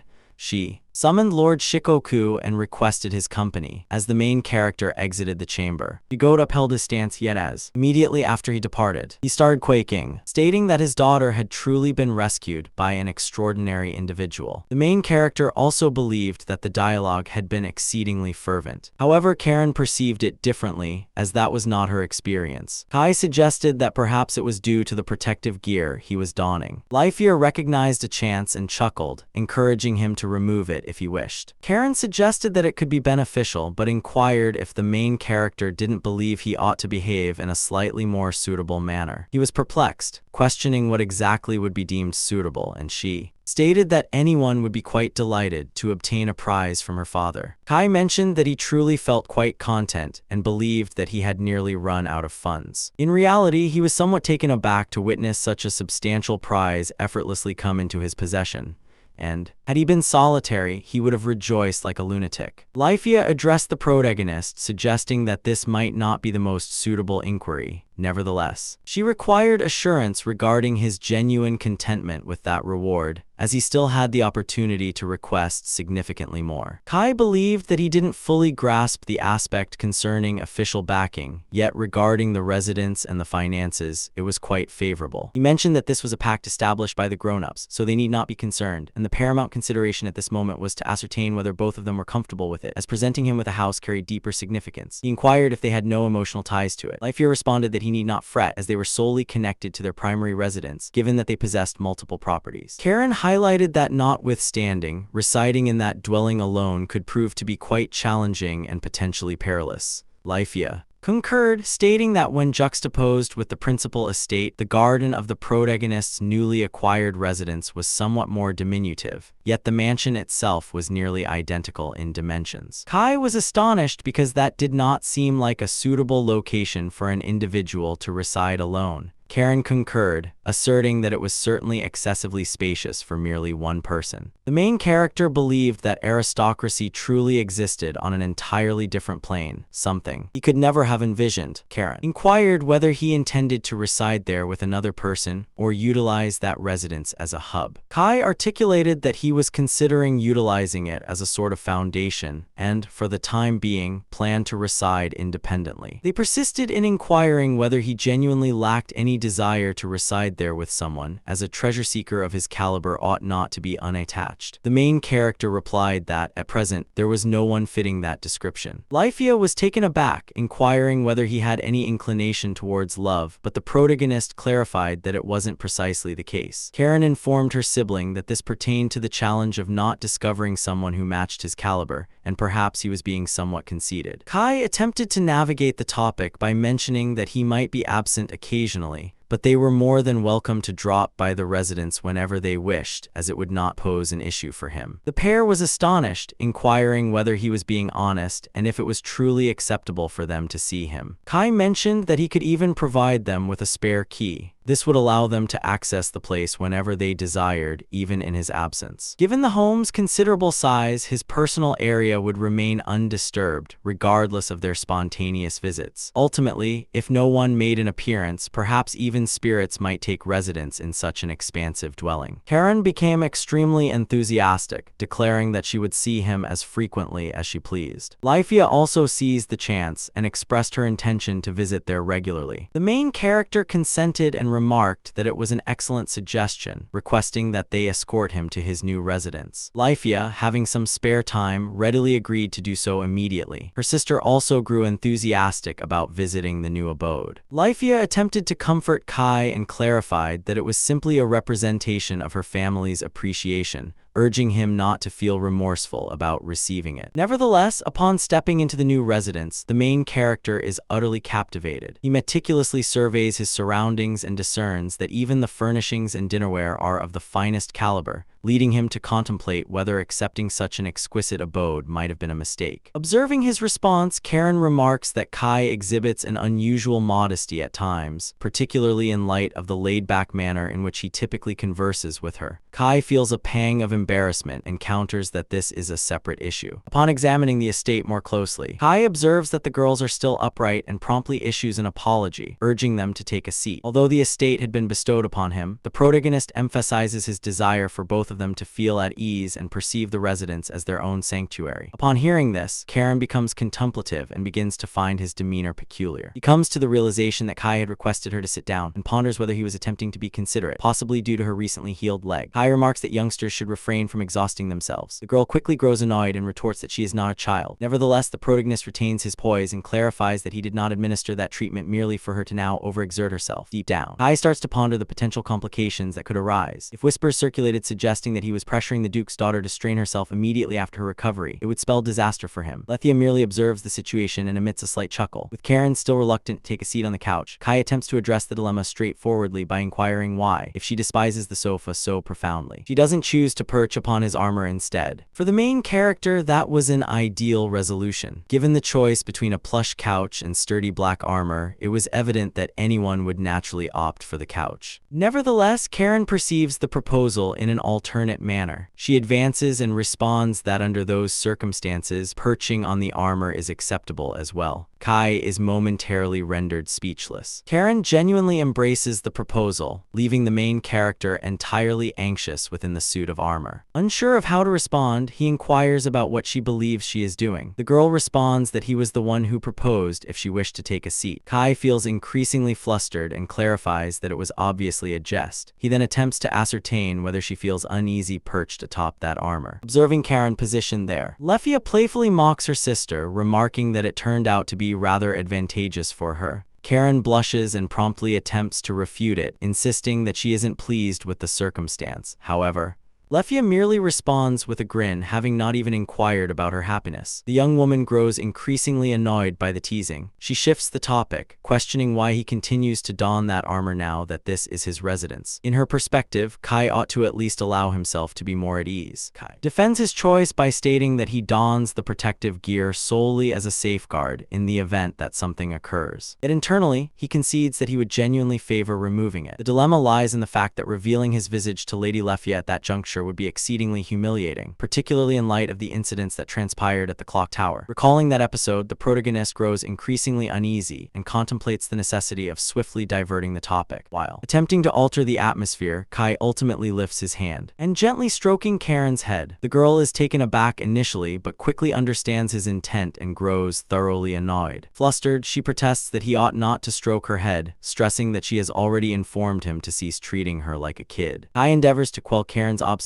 and instructs her to take a seat on the couch before he is compelled to do so himself. However, the girl promptly declines, leaving the protagonist perplexed as to why she is so adamant. Lethia merely observes the scenario with an uncomfortable grin while Kai attempts to steer the conversation in a different direction. He remarks that nevertheless, the Duke displayed considerable audacity by entrusting everything to the two of them. Upon hearing this, Lethia shifts her focus to him and inquires about his exact meaning. Kai clarifies that he found it peculiar for the Duke to delegate such responsibility to the two of them, as he would typically assign a reliable individual to manage it. He recalls that despite rescuing Karen, the Duke remains unaware of his true identity. In an environment like that, anything could transpire. Consequently, the protagonist questions whether it is erroneous to perceive that decision as hazardous. Lethia responds that her father is the kind of person who acts impulsively. Thus, he likely deemed Kai to be deserving of that level of confidence. The young lord comprehends the clarification, yet he remains contemplative, intrigued by the considerable trust bestowed upon him despite his limited dialogue with the Duke. Kai surmises that the Duke's discernment likely stems from his experience, for even without grasping the entire truth, he was capable of placing his faith in the protagonist. Karen further emphasizes that there was no justification for doubting him, particularly after Kai utilized that potion to assist them. The main character concedes that this is reasonable and admits that perhaps she is correct. Seizing the opportunity presented by the dialogue, Lefia addresses Kai as Master Shikoku and inquires if he would be interested in dining with the two of them. Nonetheless, the protagonist promptly declines, stating that he must respectfully turn down the invitation. Lefia acknowledges that Kai genuinely plans to depart and remarks that he is rather occupied. The main character responds that it is somewhat accurate. Subsequently, Karen seizes the moment to inquire whether, if he intends to depart the city, he could at least visit their home beforehand and inform them upon his return. Nevertheless, Kai promptly declines, expressing gratitude but stating that he will not comply with that request. The straightforward response astonishes Karen, prompting her to promptly inquire about his reasons for declining. Kai genuinely experiences unease when encountering the Duke, as the disparity in their social standings is excessively pronounced. Recalling the gentleman who extended his assistance and mentioned that he could request anything without reluctance, the main character experiences heightened stress due to managing. Having an individual in that role would introduce numerous complications. Karen lapses into silence, overtly displeased with his responses, yet Lefia comprehends the circumstances and endeavors to soothe her sister, remarking that there is nothing they can change. Acknowledges the circumstances but requests that Kai remain in that city for as long as possible. The main character consents readily, expressing that the city is delightful and that he plans to reside there for some time, particularly because he wishes to explore and become more acquainted with the area. Furthermore, Kai recollects that there are still individuals searching for him, speculating that they are likely among those as well. He concludes that they must also be rather powerful. At that instant, he observes an odd response from the girls, particularly from Lefia, who appears to be entertained by something. Karen also grows uneasy and begins to behave furtively, as though she has misconstrued something. The main character perceives the abrupt alteration as peculiar and inquires about its significance. Lefia immediately feels flustered and attempts to conceal it, asserting that it was trivial. Karen ultimately admits that her sibling encouraged her to attempt to raise Kai's helmet. Lefia instantly becomes alarmed, mortified that her secret has been revealed.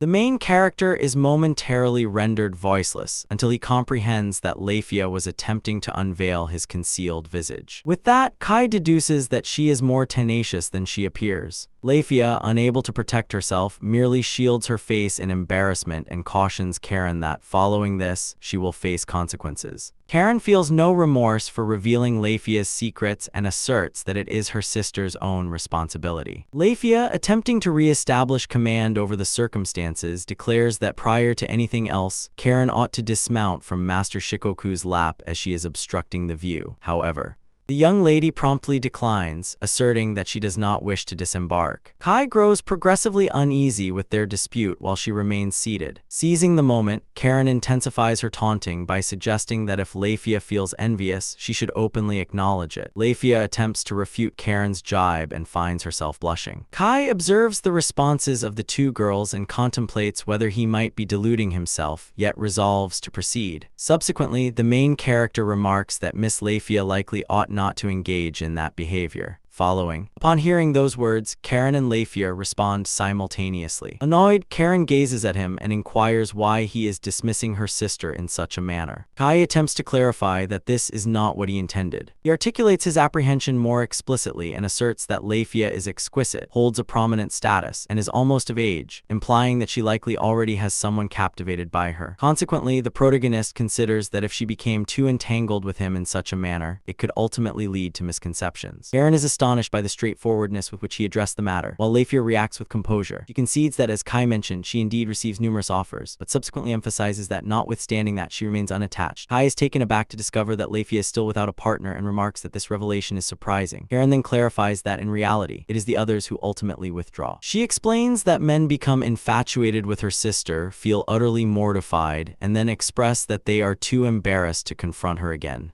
Kai lets out an uncomfortable chuckle and remarks that this appears rather intricate. Nevertheless, the main character comprehends their emotions, as it is genuinely challenging to behave naturally in the presence of someone so stunning. Karen subsequently mentions that, at her core, her sister is genuinely quite reliant. Thus, when she attempts to forge a connection with others, individuals tend to shy away from her due to discomfort. Utterly mortified, Lefia implores her sister to cease, while the main character contemplates that Karen remains perched on his lap. She then murmurs for him to attempt tapping the couch, and perplexed, he inquires about the reason. She urges implores him to simply go ahead and do it. And Kai fails to comprehend how that might be beneficial, yet. Nevertheless, he endeavors to heed her counsel. Immediately following his action, Leifia rises and takes a seat next to him. Karen feels content with the outcome, inquiring if he noticed that, as though it elucidated everything, but to the main character, the circumstances remain perplexing, as the question of whether he noticed does not illuminate anything at all. Upon Leifia's observation of the circumstance, she instinctively shifts nearer and ultimately makes contact with Kai's armor, leaving Karen astonished immediately. The main character is utterly bewildered, uncertain of how to react in such a predicament. To dispel the peculiar ambience, Karen proposes that they merely keep conversing. Leifia serenely responds that she would have no issues with that. However, Karen observes her sister's demeanor and grows increasingly astonished, remarking that this is the first occasion she has witnessed Leifia venture that far. Subsequently, at the estate, Leifia expresses her gratitude to Kai, acknowledging that he significantly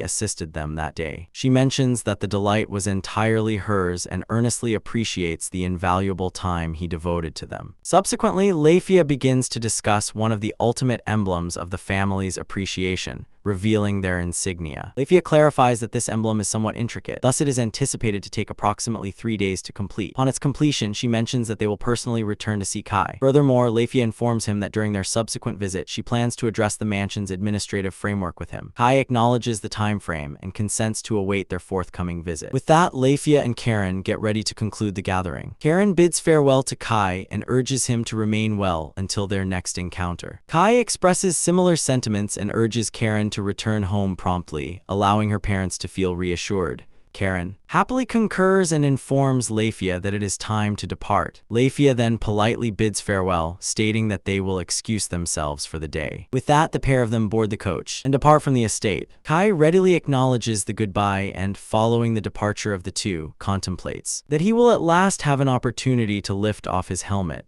As he takes it off, he experiences a profound sense of relief and transforms into significantly more pleasant. Once they go their separate paths, Leifia and Karen proceed in the carriage and Leifia remarks that time passed rapidly during that visit. Within the vehicle, Karen confesses that she wished to prolong her stay. Leifia concurs. Karen remarks that it was delightful to be referred to as beautiful and to receive numerous accolades. Leifia concurs and remarks that she too found it charming that Kai addressed Karen by her name, causing Karen a slight sense of embarrassment. Subsequently, Leifia contemplates that during their conversation that day, she couldn't shake the thought of how Kai could exhibit such generosity despite possessing greater renown than anyone else. Karen then considers that perhaps one must embody such traits to belong to Werther. Karen perceives Leifia's genuine motive and remarks that the purpose of her desire to extend her visit was to enhance her opportunities of glimpsing Kai's visage. Karen observes that she had never encountered such a gesture previously. However, Leifia reminds her that Kai was the individual who rescued her sibling. In addition to that, she continues to entertain the notion that he might be the identical individual she encountered at the clock tower. Leifia believes she genuinely wished to glimpse even a fraction of Lord Shikoku's visage, observing. With a particular look, Karen requests her sibling to refrain from making that grimace and suggests that perhaps she could create a sketch of him once they return home. Leifia expresses her gratitude for the proposal, but cautiously attempts to convey that Karen's illustrations are somewhat overly distinctive and may not function well as a reliable reference. Conversely, Karen believes that her sibling's artwork is even less skillful than her own. During the discussion, Leifia observes that Karen's gaze has drifted elsewhere and inquires about what has piqued her interest. At that instant, Karen unexpectedly spots Kai without his headgear, gazing upon his countenance for the initial occasion. Karen attempts to reach out to Leifia, but comes to understand that her sibling has become entirely fixated on Kai. Upon glancing at his visage, Leifia realizes that the individual was indeed the person she encountered at the clock tower, and remarks that he taunted her right up to the conclusion by concealing it. Karen is astonished to learn this and inquires whether that indicates Kai was indeed the individual Leifia encountered at the tower. Leifia asserts that she is convinced Kai was the individual from the clock tower. She then inquires of Karen if that gathering could genuinely have been merely a happenstance. Karen perceives the skepticism as peculiar and responds that it likely was, as no one is aware of how much Lafia appreciates the scenery from that location. However, Lafia begins to contemplate an alternative scenario. If Kai was already aware of that, it would be logical for him to have carved out time in his hectic agenda to be present intentionally. Lafia speculates that even Karen, arriving to collect her at the clock tower, could have been something Kai foresaw, specifically to assess the progress of her leg's healing. Karen is astonished when she realizes that potential and inquires if that implies he had been overseeing her from the outset. Lafia asserts that this is the sole rationale that appears logical and deduces that Kai is indeed a compassionate individual. Although he utilized a valuable potion independently and likely faced a rebuke from his superiors, he remained focused on Karen's healing throughout his efforts. Lafia remembers Kai's remarks when he expressed that he had no remorse regarding the decision he made. For him, if that medication facilitated Karen's leg recovery effectively, then it had already proven its worth. Rather than wishing for her to concern herself with him, Kai favored that Karen engage in all the activities she was unable to do previously and relish life to the utmost. Lafia also recalls that Kai advised Karen not to overexert herself following her recuperation. In doing so, she perceives that he selected those phrases to alleviate Karen's remorse, communicating in a manner that would prevent her from feeling obligated. To Lafia, Kai was demonstrating remarkable thoughtfulness. She even starts to contemplate that his presence at the clock tower could have been to observe the area and safeguard them from the remnants of the faction that abducted Karen. If all of that were accurate, Lafia ponders how much exertion Kai genuinely invested for them. The more Lafia reflects on the situation, the more opportunities start to emerge in her thoughts.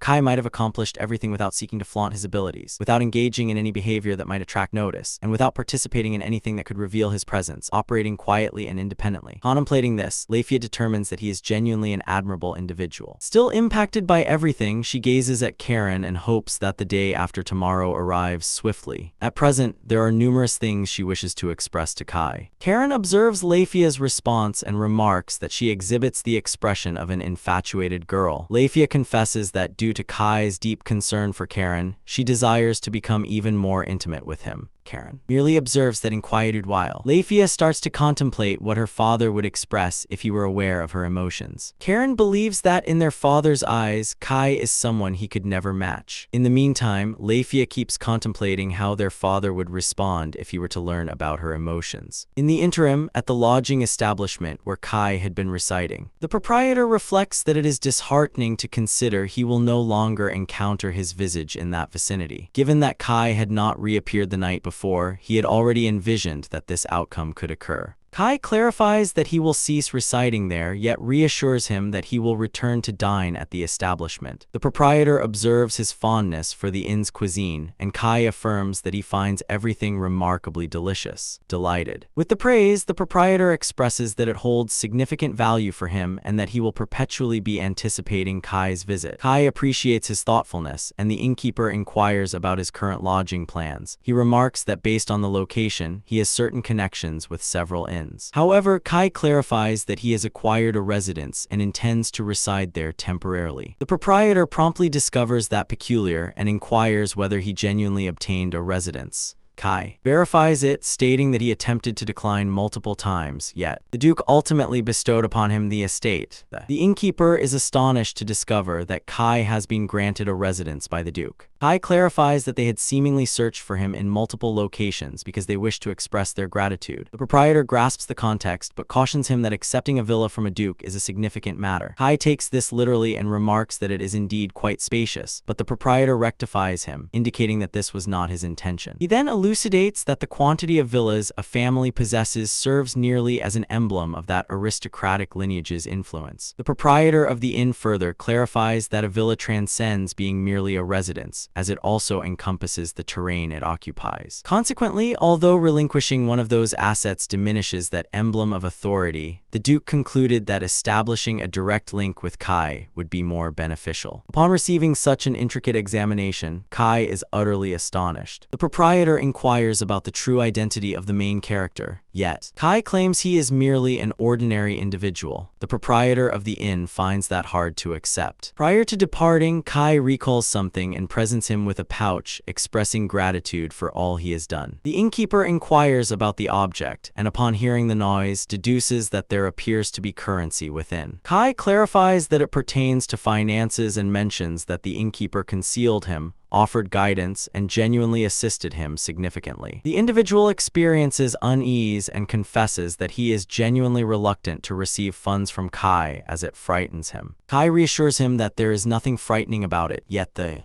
proprietor counters that the most frightening individuals are precisely those who proclaim that. Kai then inquires whether he would embrace it if the funds originated from an individual's, but a man asserts that it does not improve the situation. Kai clarifies that he is inherently frugal, yet this occasion prompts him to contribute financially as he feels remorseful for entangling the innkeeper in such a ludicrous situation. Upon hearing this, the man expresses his bewilderment and inquires about the ridiculous matter to which Kai is referring. Explains that he is referring to the circumstance in which the innkeeper concealed him from a duke. The individual concedes that he was perspiring profusely with chills throughout the duration, and Kai expresses that he is capable of envisioning. Nonetheless, the proprietor asserts that he consistently endeavors to accommodate his visitors in the most exceptional manner. Kai then expresses that he was genuinely pleased to have lodged at that establishment. The proprietor remarks somewhat playfully that this was quite generous of him, to which Kai concurs. However, the gentleman grows flustered and states that it was merely a jest, so Kai ought to have rejected it, as it has now turned uncomfortable. The innkeeper requests Kai to return once more, and Kai guarantees him that he certainly shall. Subsequent to his departure, the gentleman retrieves the bag Kai abandoned on the countertop, and upon observing its contents, he is astounded by the sum of money. Incredulous at the total he has been given, he can only assume that Kai is playing a trick on him. The proprietor of the inn is astonished upon witnessing the sum Kai has left behind, pondering how he could part with such a substantial amount effortlessly. To him, this is not behavior typical of an average individual, particularly after Kai's admission of his frugality. Simultaneously, within one of the three dominant authorities, the sacred church, Nina attempts to reach out to the visage of a silver-haired girl, but she swiftly withdraws her hand and instructs her not to lay a finger on her. Observing her in that state, Nina remarks that this is her genuine visage. She had been sightless, but had entirely restored her vision due to the cosmic potion. Captivated by the newfound ability to see, Nina examines her sister's visage closely, which frustrates Marie.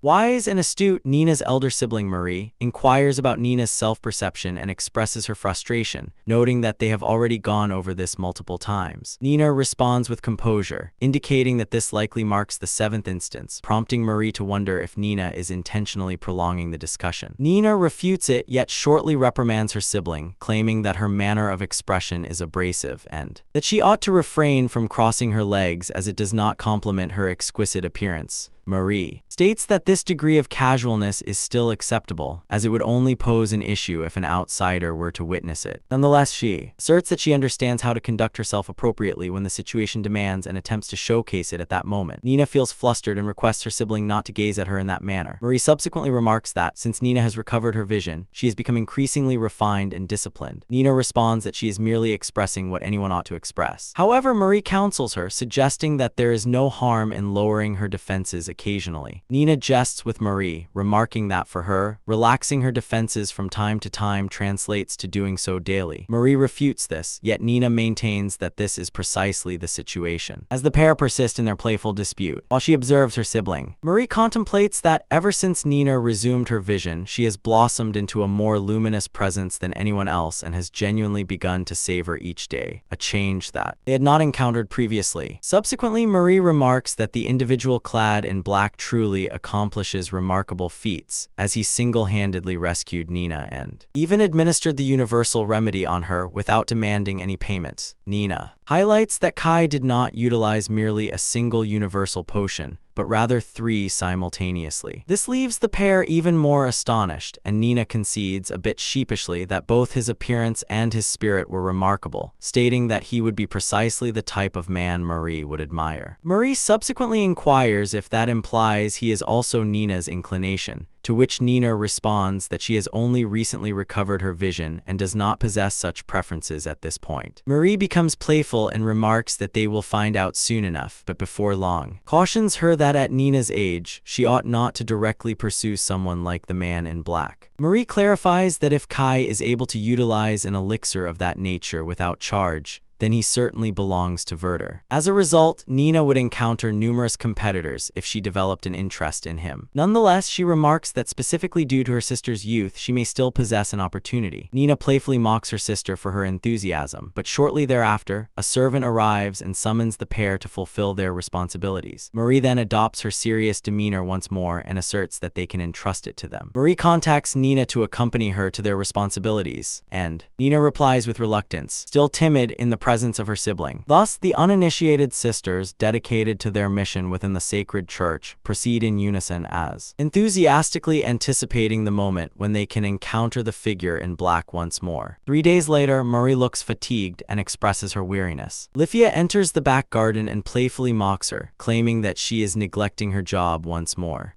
Marie promptly identifies Lifia's voice and defends her position, asserting that she is not being idle but merely resting. She then remarks on how long it has been since their last encounter and expresses that the visit feels unusual, given that Lifia was not expected that day. Lifia subsequently reminds Marie that she is fully aware that she should refrain from entering the back garden without adhering to the established protocols. Marie offers an apology and then invites her to take a seat for the time being. The pair recline in the courtyard and Marie inquires why Karen is absent from Lifia's side. Lifia clarifies that Karen remained outdoors conversing with Nina while she attends to tidying up the premises. Upon hearing that, Marie starts to comprehend the circumstances and concludes that if both of them arrived on that day, it likely pertains to the ducal house, inquiring whether they were able to express their gratitude appropriately. Lifia clarifies that she has recently conveyed a message from her parents to the families of Marie and Nina, and that they are now the next to pay him a visit. Nina is thrilled by the prospect of finally encountering Kai, and Marie notes that it is about to transpire, considering her sister has expressed her desire to see him daily. Lifia remarks that Karen is not much different because it appears she has ultimately discovered another individual to depend on apart from herself. Marie recalls that Karen consistently stayed near Lifia, but Lifia remarks, chuckling,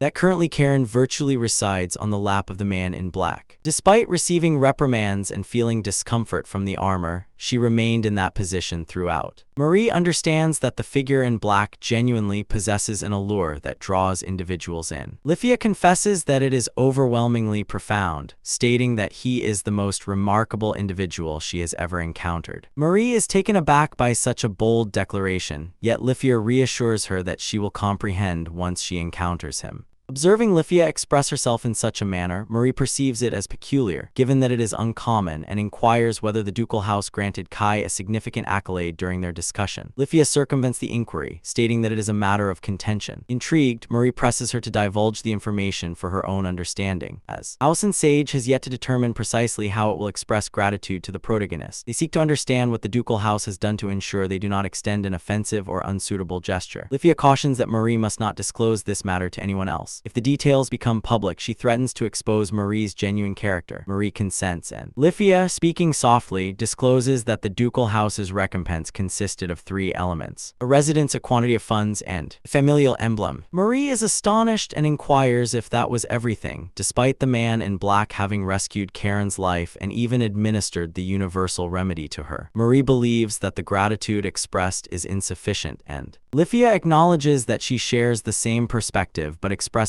that there was little they could accomplish. Marie contradicts, asserting that there was undoubtedly an action they could have taken. Subsequently, Lifia clarifies that the gentleman in black not only abstained from requesting any compensation, but also declined the offerings presented by the family. Marie is skeptical and remarks that this seems like an implausible jest since a person like that simply cannot exist. However, Lifia counters that she has been asserting this from the outset. Kai is the most remarkable individual she has ever encountered. Marie observes that Lifia has grown bashful and suggests that if it is awkward, she needn't vocalize it. Lifia remarks that her father expressed a similar sentiment, acknowledging that he could not measure up to the man in black. Marie is astonished to discover that even Lifia's father expressed that sentiment. Lifia articulates that recently he has been exhausting his thoughts devising tactics for the upcoming discussion with Kai. Marie comprehends that this implies that if he does not equip himself adequately, he will struggle to engage in a dialogue with the main character. Lifia additionally notes that whenever the main character is referenced, her father abruptly ceases to smile, leading her to suspect that something regarding Kai profoundly unsettled him. Astonished, Marie remarks that if he succeeded in making Lifia's father experience such emotions, then Kai is indeed a genuine beast. Marie remarks that the pair had their younger siblings rescued by an extraordinary individual. Lifia consents and remarks that it is conceivable that only an individual like the man in black could have rescued Karen and Nina, as he evokes a sense of inferiority even among nobility. Subsequently, Marie inquires whether Lifia perceives Kai as genuinely affiliated with Werther, considering she likely harbors her own doubts. Lifia responds earnestly that her father instructed her never to engage in any actions that might transform the protagonist into an adversary of the family. Marie comprehends the implication. Although Lifia possesses some notion, she remains unable to articulate it. Furthermore, if he indeed hails from Werther, it complicates matters further. Lifia subsequently concludes that Marie is pondering what type of reward would be suitable for an individual of his caliber. Marie realizes that Kai holds a position of greater authority than they do. She may not fully grasp the workings of Werther. Yet she envisions that the protagonist can likely acquire nearly anything he desires. Nonetheless, Lifia remarks that, throughout their discussion, she sensed that he derived more joy from the wealth than from the familial emblem. Marie is perplexed, as currency is something that anyone can acquire through labor. However, the emblem of a noble lineage cannot be acquired in that manner. Ultimately, as long as the clan persists, that emblem serves as an enduring assurance of backing, a possession that anyone would covet. Nonetheless, Marie believes that if Kai genuinely originates from Werther, he already possesses the Emperor's support. Therefore, it may not be entirely unusual for him to favor monetary wealth over alternative forms of safeguarding, like the family emblem. Lifia is convinced that Kai felt content with the funds, as they would enable him to assist a greater number of individuals in distress. Marie is perplexed by that inference. Thus, Lifia elucidates that, for an individual facing monetary hardships, acquiring a villa would already be astonishing. However, such a person would never have the means to procure weaponry and armor as remarkable as that of the man in black. Comprehending her logic, Marie determines that House Ansage ought to likely propose a more substantial amount of money. Lifia then playfully mocks her companion, suggesting that she is nearly convinced Kai aligns with Marie's preferences. Marie is perplexed about the origin of that remark, particularly since Nina articulated the identical thought. Lifia merely grins and observes that Nina is indeed quite insightful. Marie shoots back that Lifia is hardly in a position to jest at her expense, as she herself is expressing very plainly how fond she is of Kai. Subsequently, Marie threatens to inform the man in black that Lifia is utterly enamored with him, causing Lifia to become frantic and attempt to prevent her companion. In another location, Nina enthusiastically exclaims that she is finally going to encounter the main character and is brimming with anticipation. Karen reminisces about how the two of them initially felt hopeless when they were unable to locate Kai. Nina concurred, remarking that it was peculiar since he ought to have been easily identifiable with that attention-grabbing gear, yet despite that, they were still unable to locate him. Nina confesses that she felt apprehensive, fearing that Kai could have faced consequences for administering the universal elixir to her. Observing her remorse, Karen articulates, suggests that the main character would likely reprimand her for harboring such thoughts. She recalls that Kai expressed he would feel more content if, rather than fretting over him, Nina embraced her newfound liberty to engage in all the activities she previously couldn't and relish life. Nina expresses gratitude to Karen, feeling reassured by the information and acknowledging that it was quite comforting to learn that. Karen further mentions that Kai expressed that even if he had faced reprimand, he would not lament any of his decisions, and that what appeared to trouble him the most was the notion of someone experiencing remorse as a result. Nina begins to ponder that perhaps Kai had acted in defiance of his superior's directives. Karen contemplates an alternative scenario. Perhaps he was aware that even if he acted in that manner, the issue would not escalate into a significant dilemma. In her view, Kai likely possesses numerous accomplishments, rendering it illogical for that organization to desire his departure. Nina contemplates that this aligns perfectly with him, and Karen concurs, remarking that the main character appears to be the kind of individual who never yields when he is convinced of his correctness. Subsequently, Nina inquires whether Karen is aware of how long Kai will be in that city. Karen responds that he still has matters to attend to there, indicating that he is likely to stay in the area for some time longer. Karen remarks that Kai appears to be genuinely occupied. When they approach to express their gratitude, Lifia even extended an invitation for the protagonist to dine at their residence, but he declined,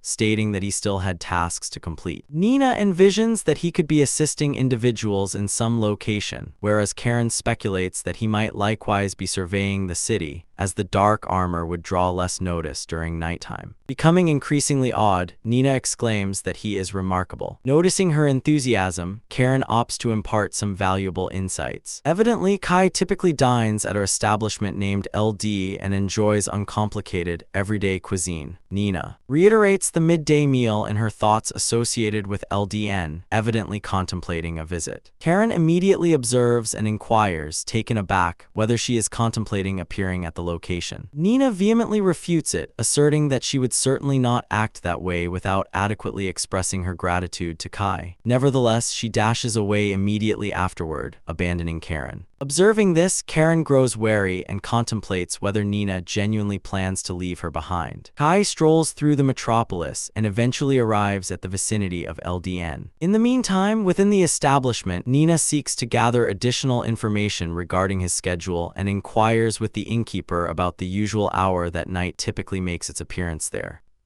The proprietor appears visibly anxious and begins to falter, uncertain if he should respond. Subsequently, one of Nina's sentinels intensifies the atmosphere, expressing regret yet insisting that they require the vendor to disclose that information. The innkeeper ultimately succumbs to the strain and discloses that Kai typically shows up during that period. Beyond, the main character perceives that the vendor is under duress and experiences unease, reflecting that he had merely intended to visit for a meal. In the meantime, Nina persists in her efforts to gather details and inquires about his regular seating location. The innkeeper grows increasingly apprehensive, wavering as he is uncertain whether to respond. Nina's protector demands that the innkeeper divulge the details. Constrained by the circumstances, he ultimately concedes and gestures towards the spot where Kai typically occupies, stating that it is precisely there. Nina proceeds to inquire further and asks about Kai's typical selections. The innkeeper anxiously clarifies that he lacks a consistent meal preference and generally opts for whatever he desires at that particular time. Nina subsequently inquires about his latest order, and the proprietor indicates on the menu the meal Kai selected the previous day. Resolute, Nina requests the identical dish. The proprietor responds in a flurry that he will get the order ready, while Kai observes everything from a distance in quietude, reflecting that he had no idea the traitor could vocalize so forcefully. Kai watches the scenario from afar and reflects that one of the guests appears to be amiable, yet it may be wiser to maintain his distance on that particular day. Nevertheless, he believes that feigning ignorance about witnessing the innkeeper being coerced would be improper, particularly considering the considerable assistance he has received from him. Thus, Kai resolves to enter and observe how events progress, envisioning that the atmosphere may settle once an additional patron arrives. As he draws near, he verifies that the traitor is indeed experiencing strain. As the innkeeper attempts to stall, he requests that they hold on for just a brief moment more.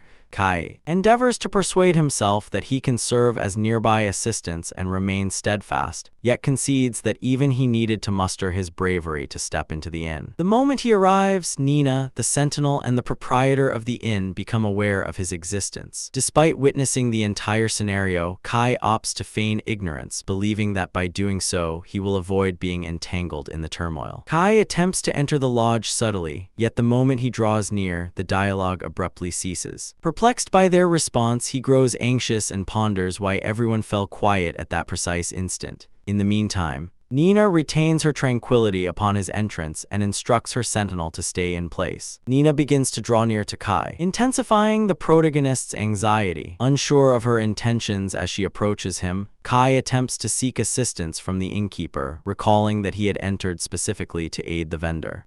The proprietor comprehends the circumstances and subtly expresses gratitude, stating that he will compensate him with an exceptional meal. Then Kai attempts to reclaim authority over the circumstances and inquires if he may place the order. Positioned in front of Kai, Nina becomes utterly anxious, flushing and struggling to respond. Observing Nina next to him, Kai reacts with bewilderment, failing to grasp what she desires from him. Conversely, Nina grows increasingly anxious in the presence of the central character. Flushed and brimming with anticipation, she inquires whether Kai recalls her. Kai is utterly astonished when he recognizes that the young woman in front of him is Nina. Regardless, he swiftly composes himself and expresses that he recalls her, pleased to see that she is thriving. Nina, touched, responds that she is equally delighted to see Kai too. Then, the main character speaks to Nina's sentinel, acknowledging her need to uphold a particular reputation and status. He clarifies that he was the one who requested the trader to maintain discretion. Consequently, Kai implores her to be lenient with the innkeeper concerning the earlier incident. Nina's protector acknowledges that she overstepped and expresses remorse to the vendor, conceding that her demeanor was unsuitable.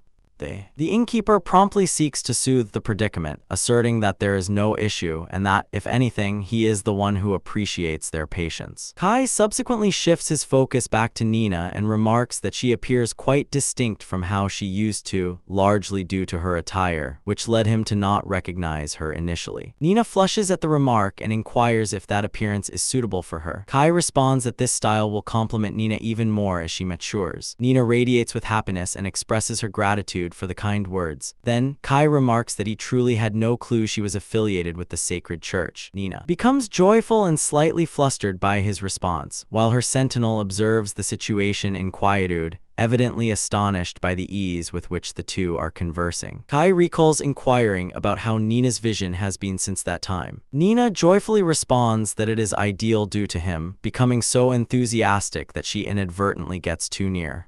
Kai is slightly taken aback by her fervor, while Nina feels pleased to communicate directly with the individual who rescued her. The protagonist evaluates Nina to assess her visual acuity. She begins by accurately recognizing the signals he creates with his hand, observing. As she is able to identify everything effortlessly, Kai experiences a sense of relief and determines that she is indeed okay. Nina then expresses with deep emotion that she can now confidently declare herself the most blissful individual on the planet, relishing her days. Having endured years of being unable to recognize the faces of her own relatives, Kai feels uncomfortable listening to Nina articulate her joy so fervently, and mentions that she doesn't have to bear it with such significance. Nina offers her apologies. However, Kai seizes the chance to counsel her. Henceforth, she ought to lift her chin and progress, savoring every experience available to her. Otherwise, it would be as if demonstrating that the treatment administered to her was in vain. Driven, Nina assures she will give her utmost effort. At that instant, the proprietor returns with the meal and expresses gratitude for their patience. Nina expresses her gratitude for the feast and is astonished by the quantity of food on the dish. Kai notices the size of the serving and inquires if she opted for the large portion. Nina responds composedly, affirming her choice while her companion expresses gratitude for the meal. She elucidates that the large size is essentially an adult serving, but she desired to sample the same dish as Kai. Nina then discloses that this was precisely the reason for her visit that day. Kai observes the scenario and realizes that Nina is genuinely attempting to emulate him. Questioning whether individuals truly adopt similar traits when they admire someone. Upon receiving confirmation, he accepts her reasoning and suggests that if she cannot consume everything, he and the companion can assist with the leftovers. Therefore, she need not fret. Meanwhile, Kai contemplates that even he feels satisfied with such a quantity of food. Nina expresses her appreciation for his thoughtfulness and Kai. She also informs her that she need not postpone her meal until his order arrives. Kai recalls that Nina has a restricted amount of time to spend outdoors and remarks that it would be a shame to allow the meal to cool once it is already prepared. With that, Nina and her protector commence their meal. Immediately upon their savor the meal, Nina remarks that it is exceedingly excellent and the sentinel consents without hesitation. Kai is pleased to witness their response and emphasizes that the cuisine there is exceptional. The proprietor finds Kai's contentment peculiar and inquires about the reason for his pride in the food. Immediately thereafter, when he delivers the protagonist's beverage with excessive vigor, Kai expresses his discontent and inquires why his was set down so forcefully. The vendor requests that he overlook it this time, explaining that Kai had instilled fear in him. Kai attempts to justify himself, recalling that he even clarified to the bodyguard that it was his responsibility. Observing the interaction between the duo, Nina grins and remarks that Kai and the trader appear quite intimate. Kai attempts to validate that he and the proprietor share a harmonious rapport rapport. Yet the merchant confesses that Kai never divulges any information regarding his affiliations or true identity. He even remarks that had he been aware from the outset, he likely would have maintained a greater distance. Nina remarks that it must indeed be challenging to engage with someone so enigmatic. The owner concurs rather nonchalantly, but becomes aware. He acknowledges his error immediately and seeks to amend his demeanor, stating that indeed he concurs with her, observing, "In this instance, Kai believes that the trader conversed with Nina in a casual manner." Kai attempts to alleviate the predicament and requests Nina's sentinel to overlook the merchant's nonchalant demeanor this one time. The sentinel responds that provided Nina is unperturbed by it, she may disregard it as often as needed. Nina grins and expresses that she is unfazed, even adding that she would appreciate it if the vendor conversed with her in a more relaxed manner, similar to how Kai does. The proprietor becomes frantic and pleads for mercy from that, observing, "The trader so rigid and anxious." Kai finds his response amusing, but the proprietor counters that this is how typical individuals behave and that the odd one present is Kai himself. As the pair is disputing, Nina feels somewhat uncertain and expresses remorse for posing such an abrupt question, yet expresses that there is a matter she wishes to inquire about with Kai, given that her duration away from the congregation is restricted. She inquires whether the two of them could arrange a date and time for her to see him and express her gratitude appropriately. Kai is taken aback by Nina's appeal, and the proprietor perceives the peculiar ambience, suggesting that it may be wise for him to withdraw from the table at that moment. Anxious, Kai attempts to grasp the circumstances and inquires if she prefers him to visit the Grand Cathedral or something similar. Nina promptly refutes it, clarifying that this isn't her intention and that, of course, she and the others will visit his abode to express their gratitude.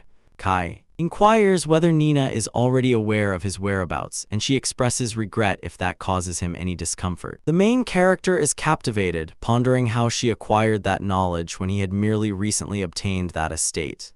Although he is taken aback, Kai expresses that it is acceptable and that he is merely astonished. He then clarifies that if they plan to come by, it should be on a day when he is off, as he still has responsibilities to attend to during the weekdays. Nina comprehends this, given her awareness of his hectic schedule, and proposes the upcoming Sunday around midday. Kai agrees to the idea of Sunday at noon, but first inquires who precisely plans to pay him a visit. Nina responds that it will be her father, her mother, her elder sister, and herself, along with likely a couple of guards. Upon learning that her whole family intends to visit his dwelling, Kai is astonished and starts to realize that Nina's family could be significantly more influential than he had anticipated. Kai inquires whether he has the option to select the guests who will visit his home. Nina is perplexed by this, and he clarifies that he would rather her parents not attend. She is taken aback by his response, but Kai emphasizes that he wishes for the visit to remain casual and not draw excessive attention. The proprietor, eavesdropping on the conversation, can't help but remark that it seems peculiar for someone clad in entirely black armor to say that.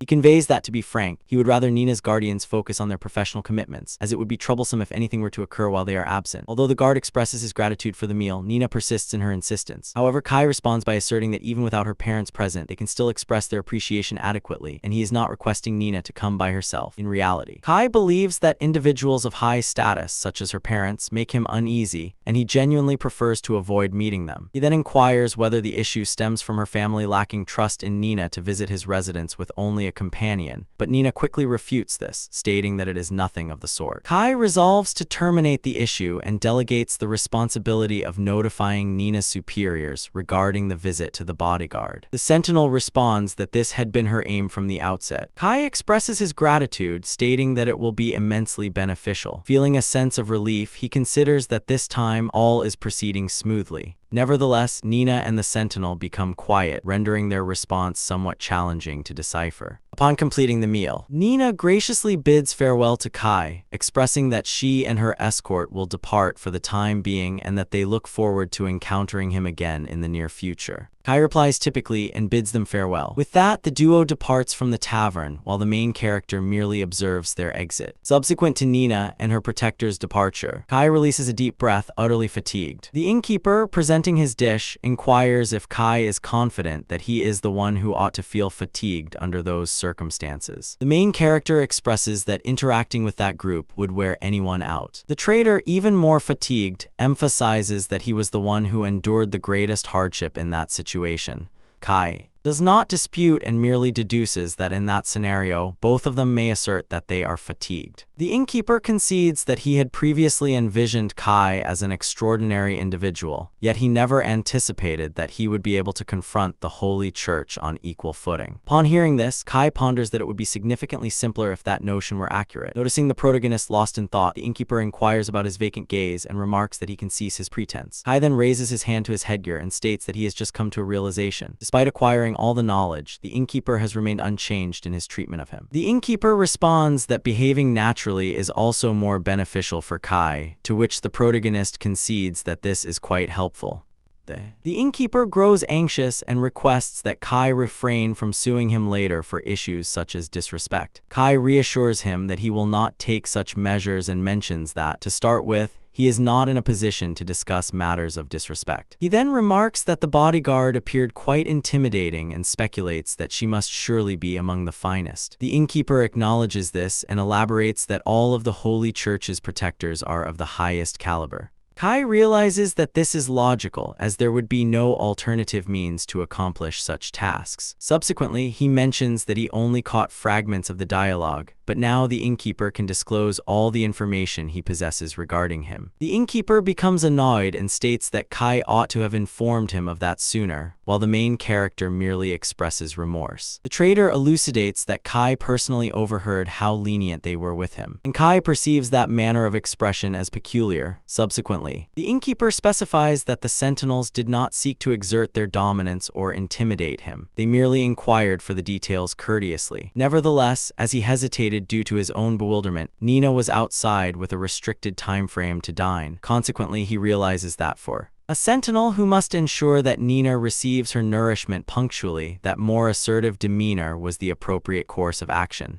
This is also how they demonstrate allegiance. Kai comprehends the circumstances and remarks that serving as a bodyguard appears to be challenging as well, akin to an individual who finds themselves ensnared in the crossfire. The innkeeper responds that this occurs to anyone who caters to influential individuals and expresses that he believed Kai would comprehend that more than others. He elucidates that he overheard Kai attempt to advocate for that individual's perspective by contending that she had a public persona and status to consider. However, Kai responds casually, indicating that he genuinely does not comprehend any of that and merely uttered something that appeared to make sense. The innkeeper deduces that if Kai lacks an understanding of such concerns, it can only imply that he occupies a status where he does not need to confront such matters. Immediately after, he is taken aback by his own inference and inquires whether Kai is in an even more elevated position than a bishop of the Holy Church. Kai attempts to clarify that it is precisely the contrary, asserting that he is so far beneath them that he cannot even grasp that realm. Yet the innkeeper grows frustrated and brings the conversation to a close. Kai continues to try to engage in further discussion, but senses that the misunderstandings are only escalating. The carriage proceeds along its journey, and Nina's escort is pleased that her young charge had the opportunity to witness shikoku. Within the carriage, Nina remarks that she genuinely wished to indulge in the same dish as him, expressing her delight. She subsequently inquires about her sentinel's perception of shikoku. She responds that, without question, he is an influential individual. However, Nina emphasizes that she was eager to discover more about his inner self. Nina's protector expresses remorse, indicating that she was subjected to relentless observation, and as a result, lacked the opportunity to contemplate her perception of shikoku. Nina is taken aback to learn that she was being monitored, and the sentinel clarifies that it is typical for individuals to let down their defenses during mealtime, so they were likely assessing if she would ease up at any moment. She then states with gravity that, as Nina's guardians, they bear the significant burden of permitting her abduction. Nina's protector persists in detailing that, in addition to the abduction, they also overlooked shikoku's existence, which she deems inexcusable. She asserts that their conversation with the trader does not justify diminishing their alertness. Nina endeavors to contemplate the notion that shikoku merely possesses a rather understated existence. However, the sentinel dismisses that notion and asserts that it can solely be a total disparity in ability, though she expresses gratitude for her consideration. To her, it seems plausible that Shikoku foresaw a possible confrontation with the traitor, as the timing and every aspect appeared too immaculate to be simply coincidental. Confronted with that deduction, Nina becomes mute. Nina's sentinel believes that Shikoku might have previously acquired knowledge of their intention to visit that lodging, or alternatively, he has an exceptional talent for interpreting circumstances. As a result, she begins to contemplate the genuine significance of his statements. Nina consents to relay everything to her father, and the sentinel perceives that she is likewise reflecting on the appreciation. Subsequently, she remarks that this aspect also piqued her interest, since an individual in Shikoku's circumstance would never squander the opportunity to establish a rapport with Nina's guardians. The guardian persists, stating that this situation becomes even more peculiar, as Shikoku was in a position to obtain a benefit in exchange. Although he mentioned that he prefers not to draw attention to himself, Nina realizes that this was likely a mere excuse. The guard clarifies that typical individuals often claim to dislike engaging with influential figures, yet the genuine manner in which Shikoku communicated with Nina contradicts that rationale. Furthermore, given the speculation surrounding his affiliation with Werther, she suspects that he is likely already accustomed to such forms of engagement. Nina confesses that she dislikes contemplating the matter, yet she starts to harbor suspicions that an issue may be emerging within the Grand Cathedral. The Sentinel cannot confirm this, but she is convinced that knowing Shikoku, there must be a significant rationale behind his statements. To her, he is not the type to voice such sentiments for minor cause, recalling the instance when he expressed a desire for Nina's guardians to stay away. Consequently, the guard determines that they ought to seek counsel from Nina's father at the earliest opportunity and request authorization to instruct the coachman to accelerate the carriage. Nina asserts that it is acceptable, and her sentinel requests the charioteer to proceed at maximum speed. Subsequently, within a grand estate, Marie contemplates Shikoku's appeal. In spite of the numerous apprehensions regarding the circumstances, she cannot overlook the reality that he specifically selected her. As she contemplates this, Marie deduces that, if he approaches her directly, then he must possess refined taste. Nina observes Marie's anxiety, remarking that her voice is quavering along with her legs. Marie attempts to steady herself, yet she remains visibly unsettled, articulating that she did not anticipate Shikoku to explicitly express his desire for their parents to refrain from thanking him. Amidst all the gossip surrounding Werther and other peculiar aspects, she struggles to grasp the underlying motive behind that request. Nina endeavors to comfort Marie, asserting that everything will be fine, as Shikoku is an exceptional individual. Still apprehensive, Marie strives to convince herself that he must be inherently generous, at least in principle. Nina further supports this notion with a compliment, stating that he is as benevolent as Marie herself. Marie attempts to persuade herself that it may be justifiable for her to approach Shikoku, and Nina cheerfully concurs, expressing that she believes it is acceptable. Observing Nina's response, Marie spirals into panic, questioning whether Nina is attempting to lead her to harm. Nonetheless, she deduces that it would be significantly simpler if she attended, yet she endeavors to hold onto one stipulation. To leave a favorable impact, it would be optimal to showcase a more refined version of herself. Nina beams and expresses that she appreciates the authentic Marie exactly as she genuinely is. Upon hearing that, Marie acknowledges her sister's remarks and responds that she will regard them earnestly. Marie redirects the discussion and concedes that Shikoku is undeniably remarkable. She considers that he was the initial one to detect questionable activities from that novel faith organization and alert the others regarding the peril. Based on what Nina shared about his apparent busyness, Marie suspects that he is likely probing into various matters. Nina is intrigued by how he acquires such extensive knowledge, but eventually determines that it might be wiser for them to remain unaware. Marie believes that if they delve deeper into Kai's background, there is a possibility he might begin to perceive them as adversaries.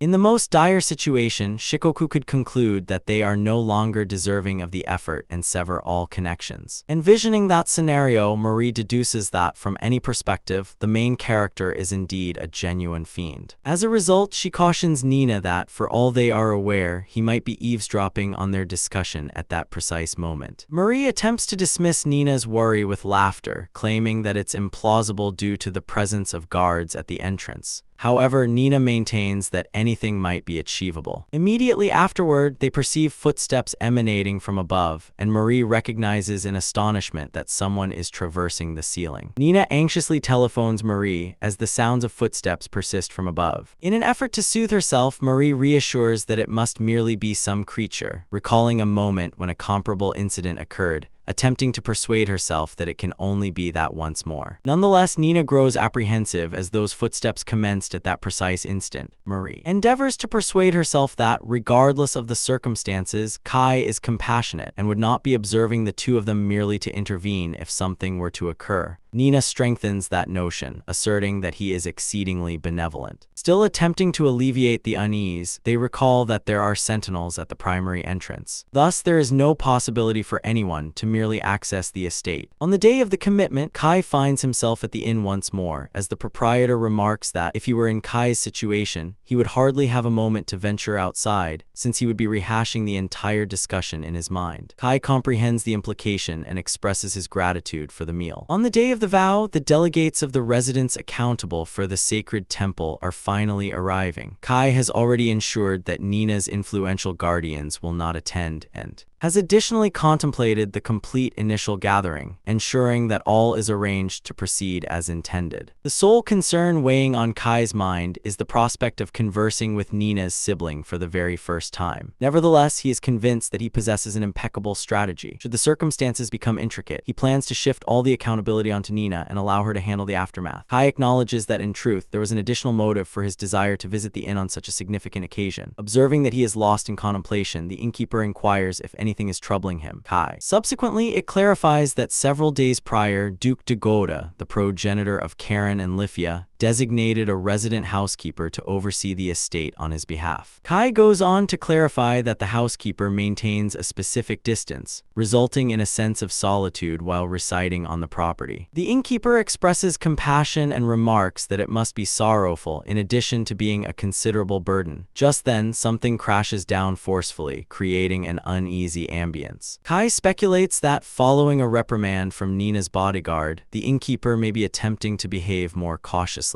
Concerning it, Kai discerns that the inn is significantly more bustling than it was previously, with an increase in patrons and an even greater number of staff members employed. Upon voicing his thoughts, the innkeeper grins and remarks that it is all attributable to him. The proprietor of the inn clarifies that following Kai's arrival for meals, Nina subsequently showed up at the establishment as well. Consequently, whispers circulated, and now everyone is eager to consume the same dish she enjoyed. Kai is astonished to discover the extent of Nina's popularity. The innkeeper remarks that ever since she restored her vision, she has been seen more frequently in public. And Kai comprehends the rationale, believing that despite her youth, it is already apparent that she will grow to be exceedingly lovely. At that moment, the trader recalls an important detail and states that he possesses a gift for Kai. The innkeeper discusses the religious faction that emerged unexpectedly and appears to be attempting to incite discord with the sacred church to which Nina is affiliated. For him, that was what Kai intended to explore, and the issue appears rather grave. Kai considers the information peculiar and inquires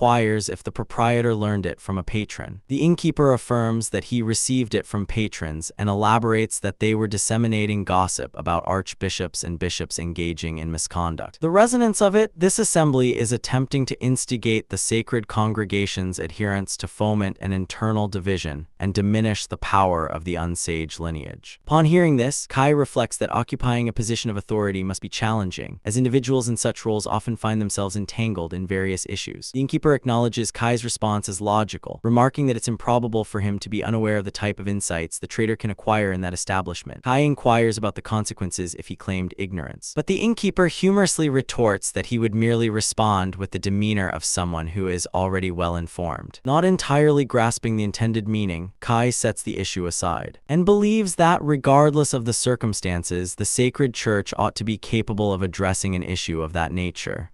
Kai attempts to justify that the sacred institution must be deliberating on responses, and that it would not permit its reputation to be undermined so effortlessly. However, the innkeeper expresses his desire to have faith in that notion, yet the circumstances appear to be quite chaotic. For an entity that emerged unexpectedly, the burgeoning religious sect is gaining traction alarmingly fast. Kai endeavors to comfort the innkeeper, asserting that all will turn out well. Ultimately, he believes that the sacred church still possesses sufficient influence and stature to manage the situation. However, the innkeeper perceives Kai's tranquility differently and inquires if he has perhaps begun to operate covertly. Taken aback, Kai fails to grasp the origin of that inference and questions what he means. The innkeeper gazes at Kai in silence, causing the main character to feel uneasy. Unsure of the significance of that expression, Kai contemplates the meaning behind that glance until the trader expresses unequivocally that he does not trust him at all. Attempting to divert the topic, Kai remarks that, regardless, he was able to acquire some valuable insights from that discussion. Kai resolves to inquire with Nina to discover what she understands regarding the issue. For him, this represents the optimal choice, as her relatives would likely be more inclined to seek Nina's advice rather than place their confidence in him directly.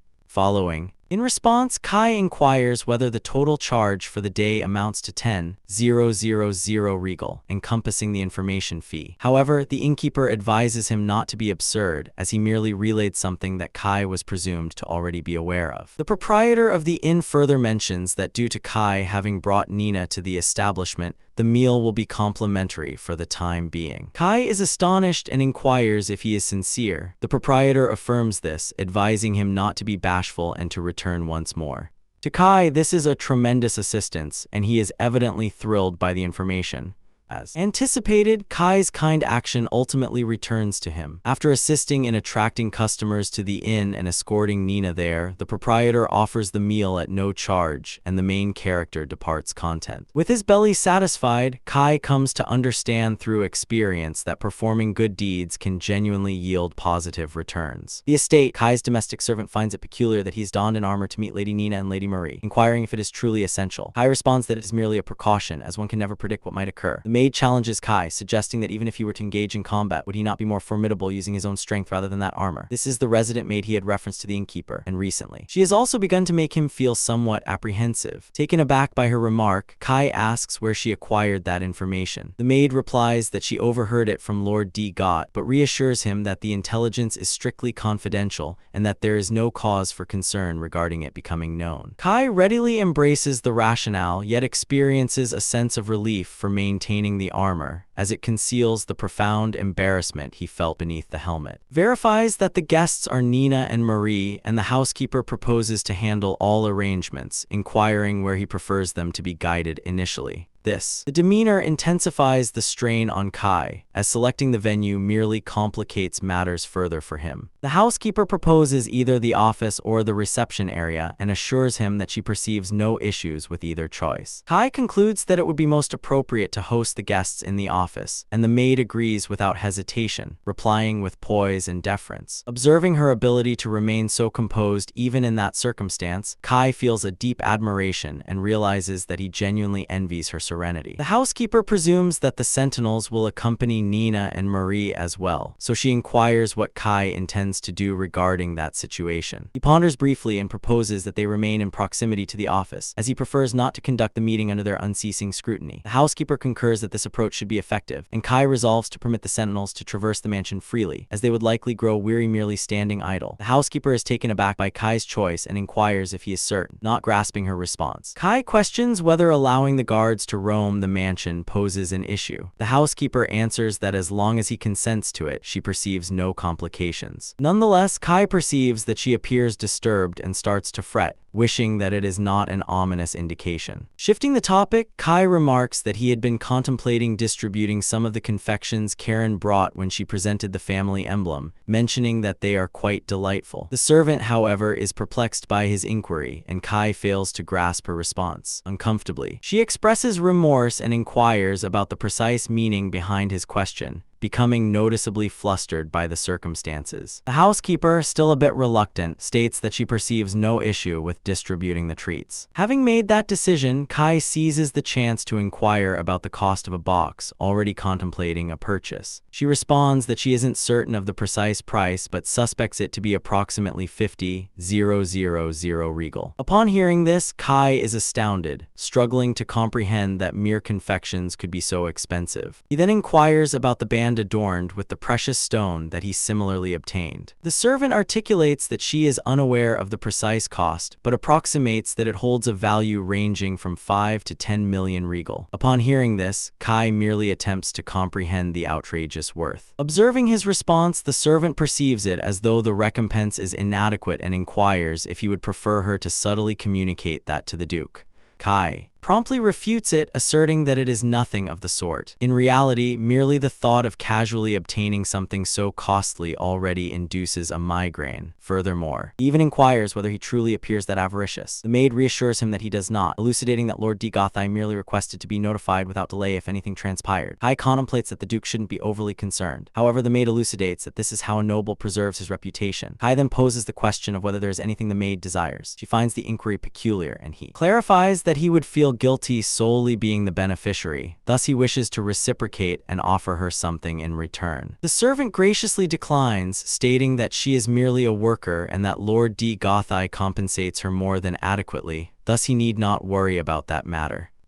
Thus, Kai emphasizes that she should be less rigid and encourages her to openly express her preferences. The housekeeper feels humiliated, but ultimately confesses that she has a fondness for confections. Kai is heartened by the response and remarks that, in that scenario, he will bring multiple for her next time. She expresses her gratitude, still somewhat bashful, and Kai resolves to go to the workplace, stating that he has tasks to complete prior to Nina and Marie's arrival. Before departing, he requests the housekeeper to adhere to the strategy upon their arrival, and she assures him that she comprehends. Once Kai departs for the office, the servant grows anxious and contemplates whether she ought to notify Lord D. Gothai regarding his conduct. For her, the nonchalant manner in which Kai mentioned distributing some of those treats to individuals of elevated rank appears somewhat disrespectful, yet simultaneously it perfectly aligns with the type of demeanor one would anticipate from an individual affiliated with Werther. Upon Marie and Nina's arrival at the estate, accompanied by their escorts, Kai's housekeeper greets them with formality and expresses gratitude for their attendance despite their hectic agendas. Subsequently, she addresses them individually and guides the pair within. The formidable presence of the guests and their entourage underscores the anticipation of that gathering. As one steps into the estate, Nina's deputy captain of the guard is astonished to discover the attendants still present there. The housekeeper clarifies that when the estate was bestowed upon them, she feared for her job, yet Kai took her predicament into account. The vice captain deems that decision peculiar, and the housekeeper affirms it, stating that, understanding the main character, he could have effortlessly appointed someone more capable in her stead. The vice captain proposes that maybe Kai retain the maid specifically because he believed she was competent enough to persist in that role. However, the maid counters, asserting that she had never encountered Shikoku prior and had no direct association with him, thus he would have had no grounds to assess her capabilities. The vice captain notes to her that they are discussing him, thus anything could be viable. The housekeeper ponders for a brief instant, yet shortly thereafter determines that they will merely be going in loops if they persist in attempting to comprehend the protagonist's intentions, and the vice captain concurs.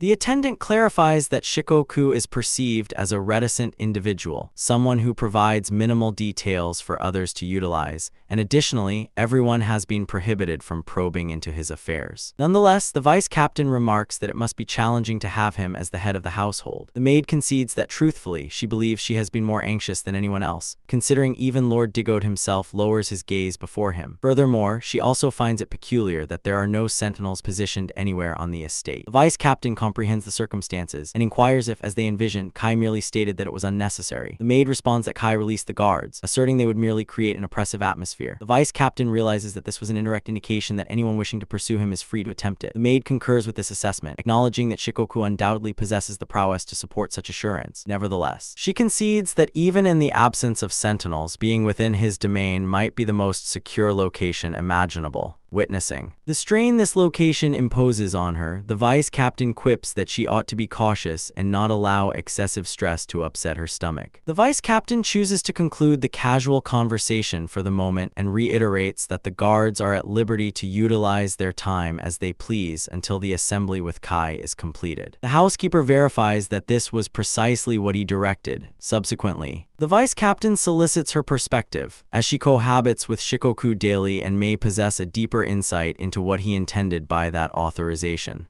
The servant grows anxious and cautions that she cannot be held accountable for her statements, yet consents to converse if it remains merely hypothetical. The vice captain concurs, prepared to hear more. The maid articulates that she doubts Kai merely permitted the sentinels to relax or meander about the estate without purpose. To her, that perspective does not encompass the entire understanding because safeguarding their superiors is their paramount obligation, and Shikoku would never have commanded the sentinels to forsake that responsibility. The maid deduces that if they were situated in a designated waiting area, they might not be able to respond promptly in a crisis, or that could hinder their tasks. The servant is convinced that when Kai instructed the guards to act as they pleased, he wasn't implying that they should take it easy, but rather granting them the freedom to operate based on their own skills and discernment. The deputy captain realizes that if this is indeed the case, then from Shikoku's perspective, he genuinely does not rely on them for anything. However, the housekeeper elucidates that it may not be a deficit of faith, but rather a method to ensure they do not depend excessively on his assistance.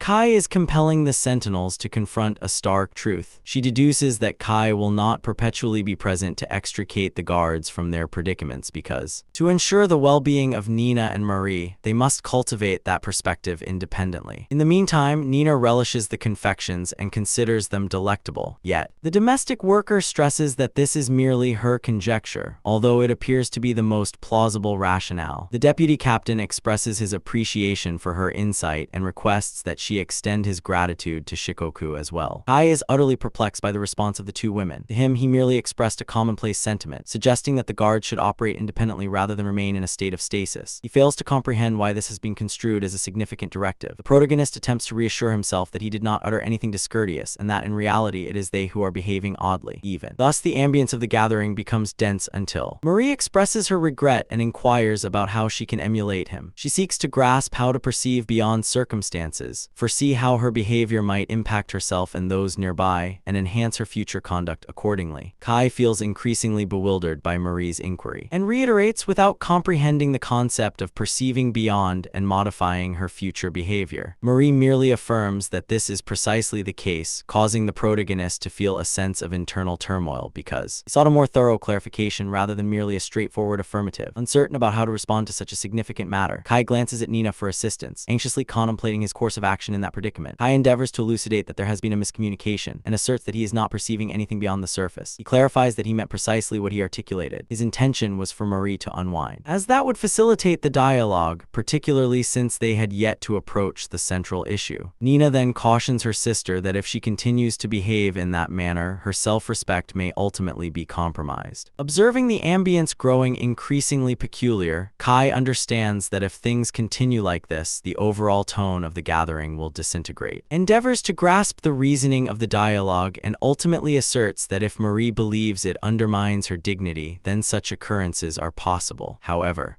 that response merely exacerbates the confusion. Marie is unsettled and suspects that Kai has unearthed a secret she had concealed from everyone up to this point. In contrast, Nina relishes her sister's response and remarks that it appears she has triumphed in their minor wager. In the meantime, Kai is utterly drained, struggling to comprehend how the dialogue escalated to that stage. He is astonished when Marie abruptly alters her behavior from one instant to the next. To him, the anxious girl from earlier vanishes. Now she appears to be a wholly transformed individual. More self-assured, Marie asserts that she will have faith in Shikoku and endeavor to unwind, but she requests that he refrain from labeling it as rudeness or anything of that nature. Observing this transformation, Kai understands that this might be the genuine Marie lurking beneath the surface. Marie attempts to initiate the primary discussion and express her gratitude, but Kai cuts her off before she can proceed. He states that prior to that, there is an additional matter he wishes to address, attempting to highlight the concern regarding the new religious organization as extensively as possible. Nina discovers the shift in topic peculiar, and Kai clarifies that he is alluding to the faction that has recently emerged and appears to be instigating discord with the sacred church. Inquiring if all is well concerning that matter, Nina inquires if Kai genuinely does not object to discussing that topic initially, to which he replies that he has no objections whatsoever. In reality, he is even more pleased to converse about it, as gratitude can be expressed at any later moment, but he prefers to learn about the new religious organization first. Upon hearing this, Nina earnestly appreciates his willingness. Departing, Kai perplexed as he fails to comprehend the reason behind her gratitude. In the meantime, Marie perceives his demeanor differently and contemplates the extent to which Shikoku can genuinely comprehend the circumstances. While the main character merely considers that response peculiar, Nina opts to clarify the situation, and Kai expresses his reliance on her. He then asserts that with regard to the emerging religious religious organization, they have already established adequate strategies to manage everything they can plausibly anticipate. Marie emphasizes that they are not approaching the issue with naivety, yet Nina concedes that their capacity to predict events remains constrained. Consequently, they resolve to take action against that group before it gains further power. Marie clarifies that they are indifferent to whether individuals adhere to alternative beliefs. However, the current issue lies in the fact that this faction is intentionally attempting to besmirch the reputation of the sacred church. Kai acknowledges that this response from the group was anticipated, yet internally, he finds himself perplexed to discover that a simple discussion has transformed into a comprehensive strategic assembly. He conveys that they are strategizing to entice the adversary and subsequently strike with a counteroffensive. Marie verifies this and elaborates that they disseminated the intelligence that the entire Ansage family would be absent from the great cathedral on that day. Given the recent increase in activity of the new religious faction, there is a strong possibility they will attempt to mobilize at this time. Furthermore, throughout the extensive history of the sacred church, there has never been a moment when all the Ansage were collectively absent. Kai comprehends the tactic and deduces that if the false information has already circulated,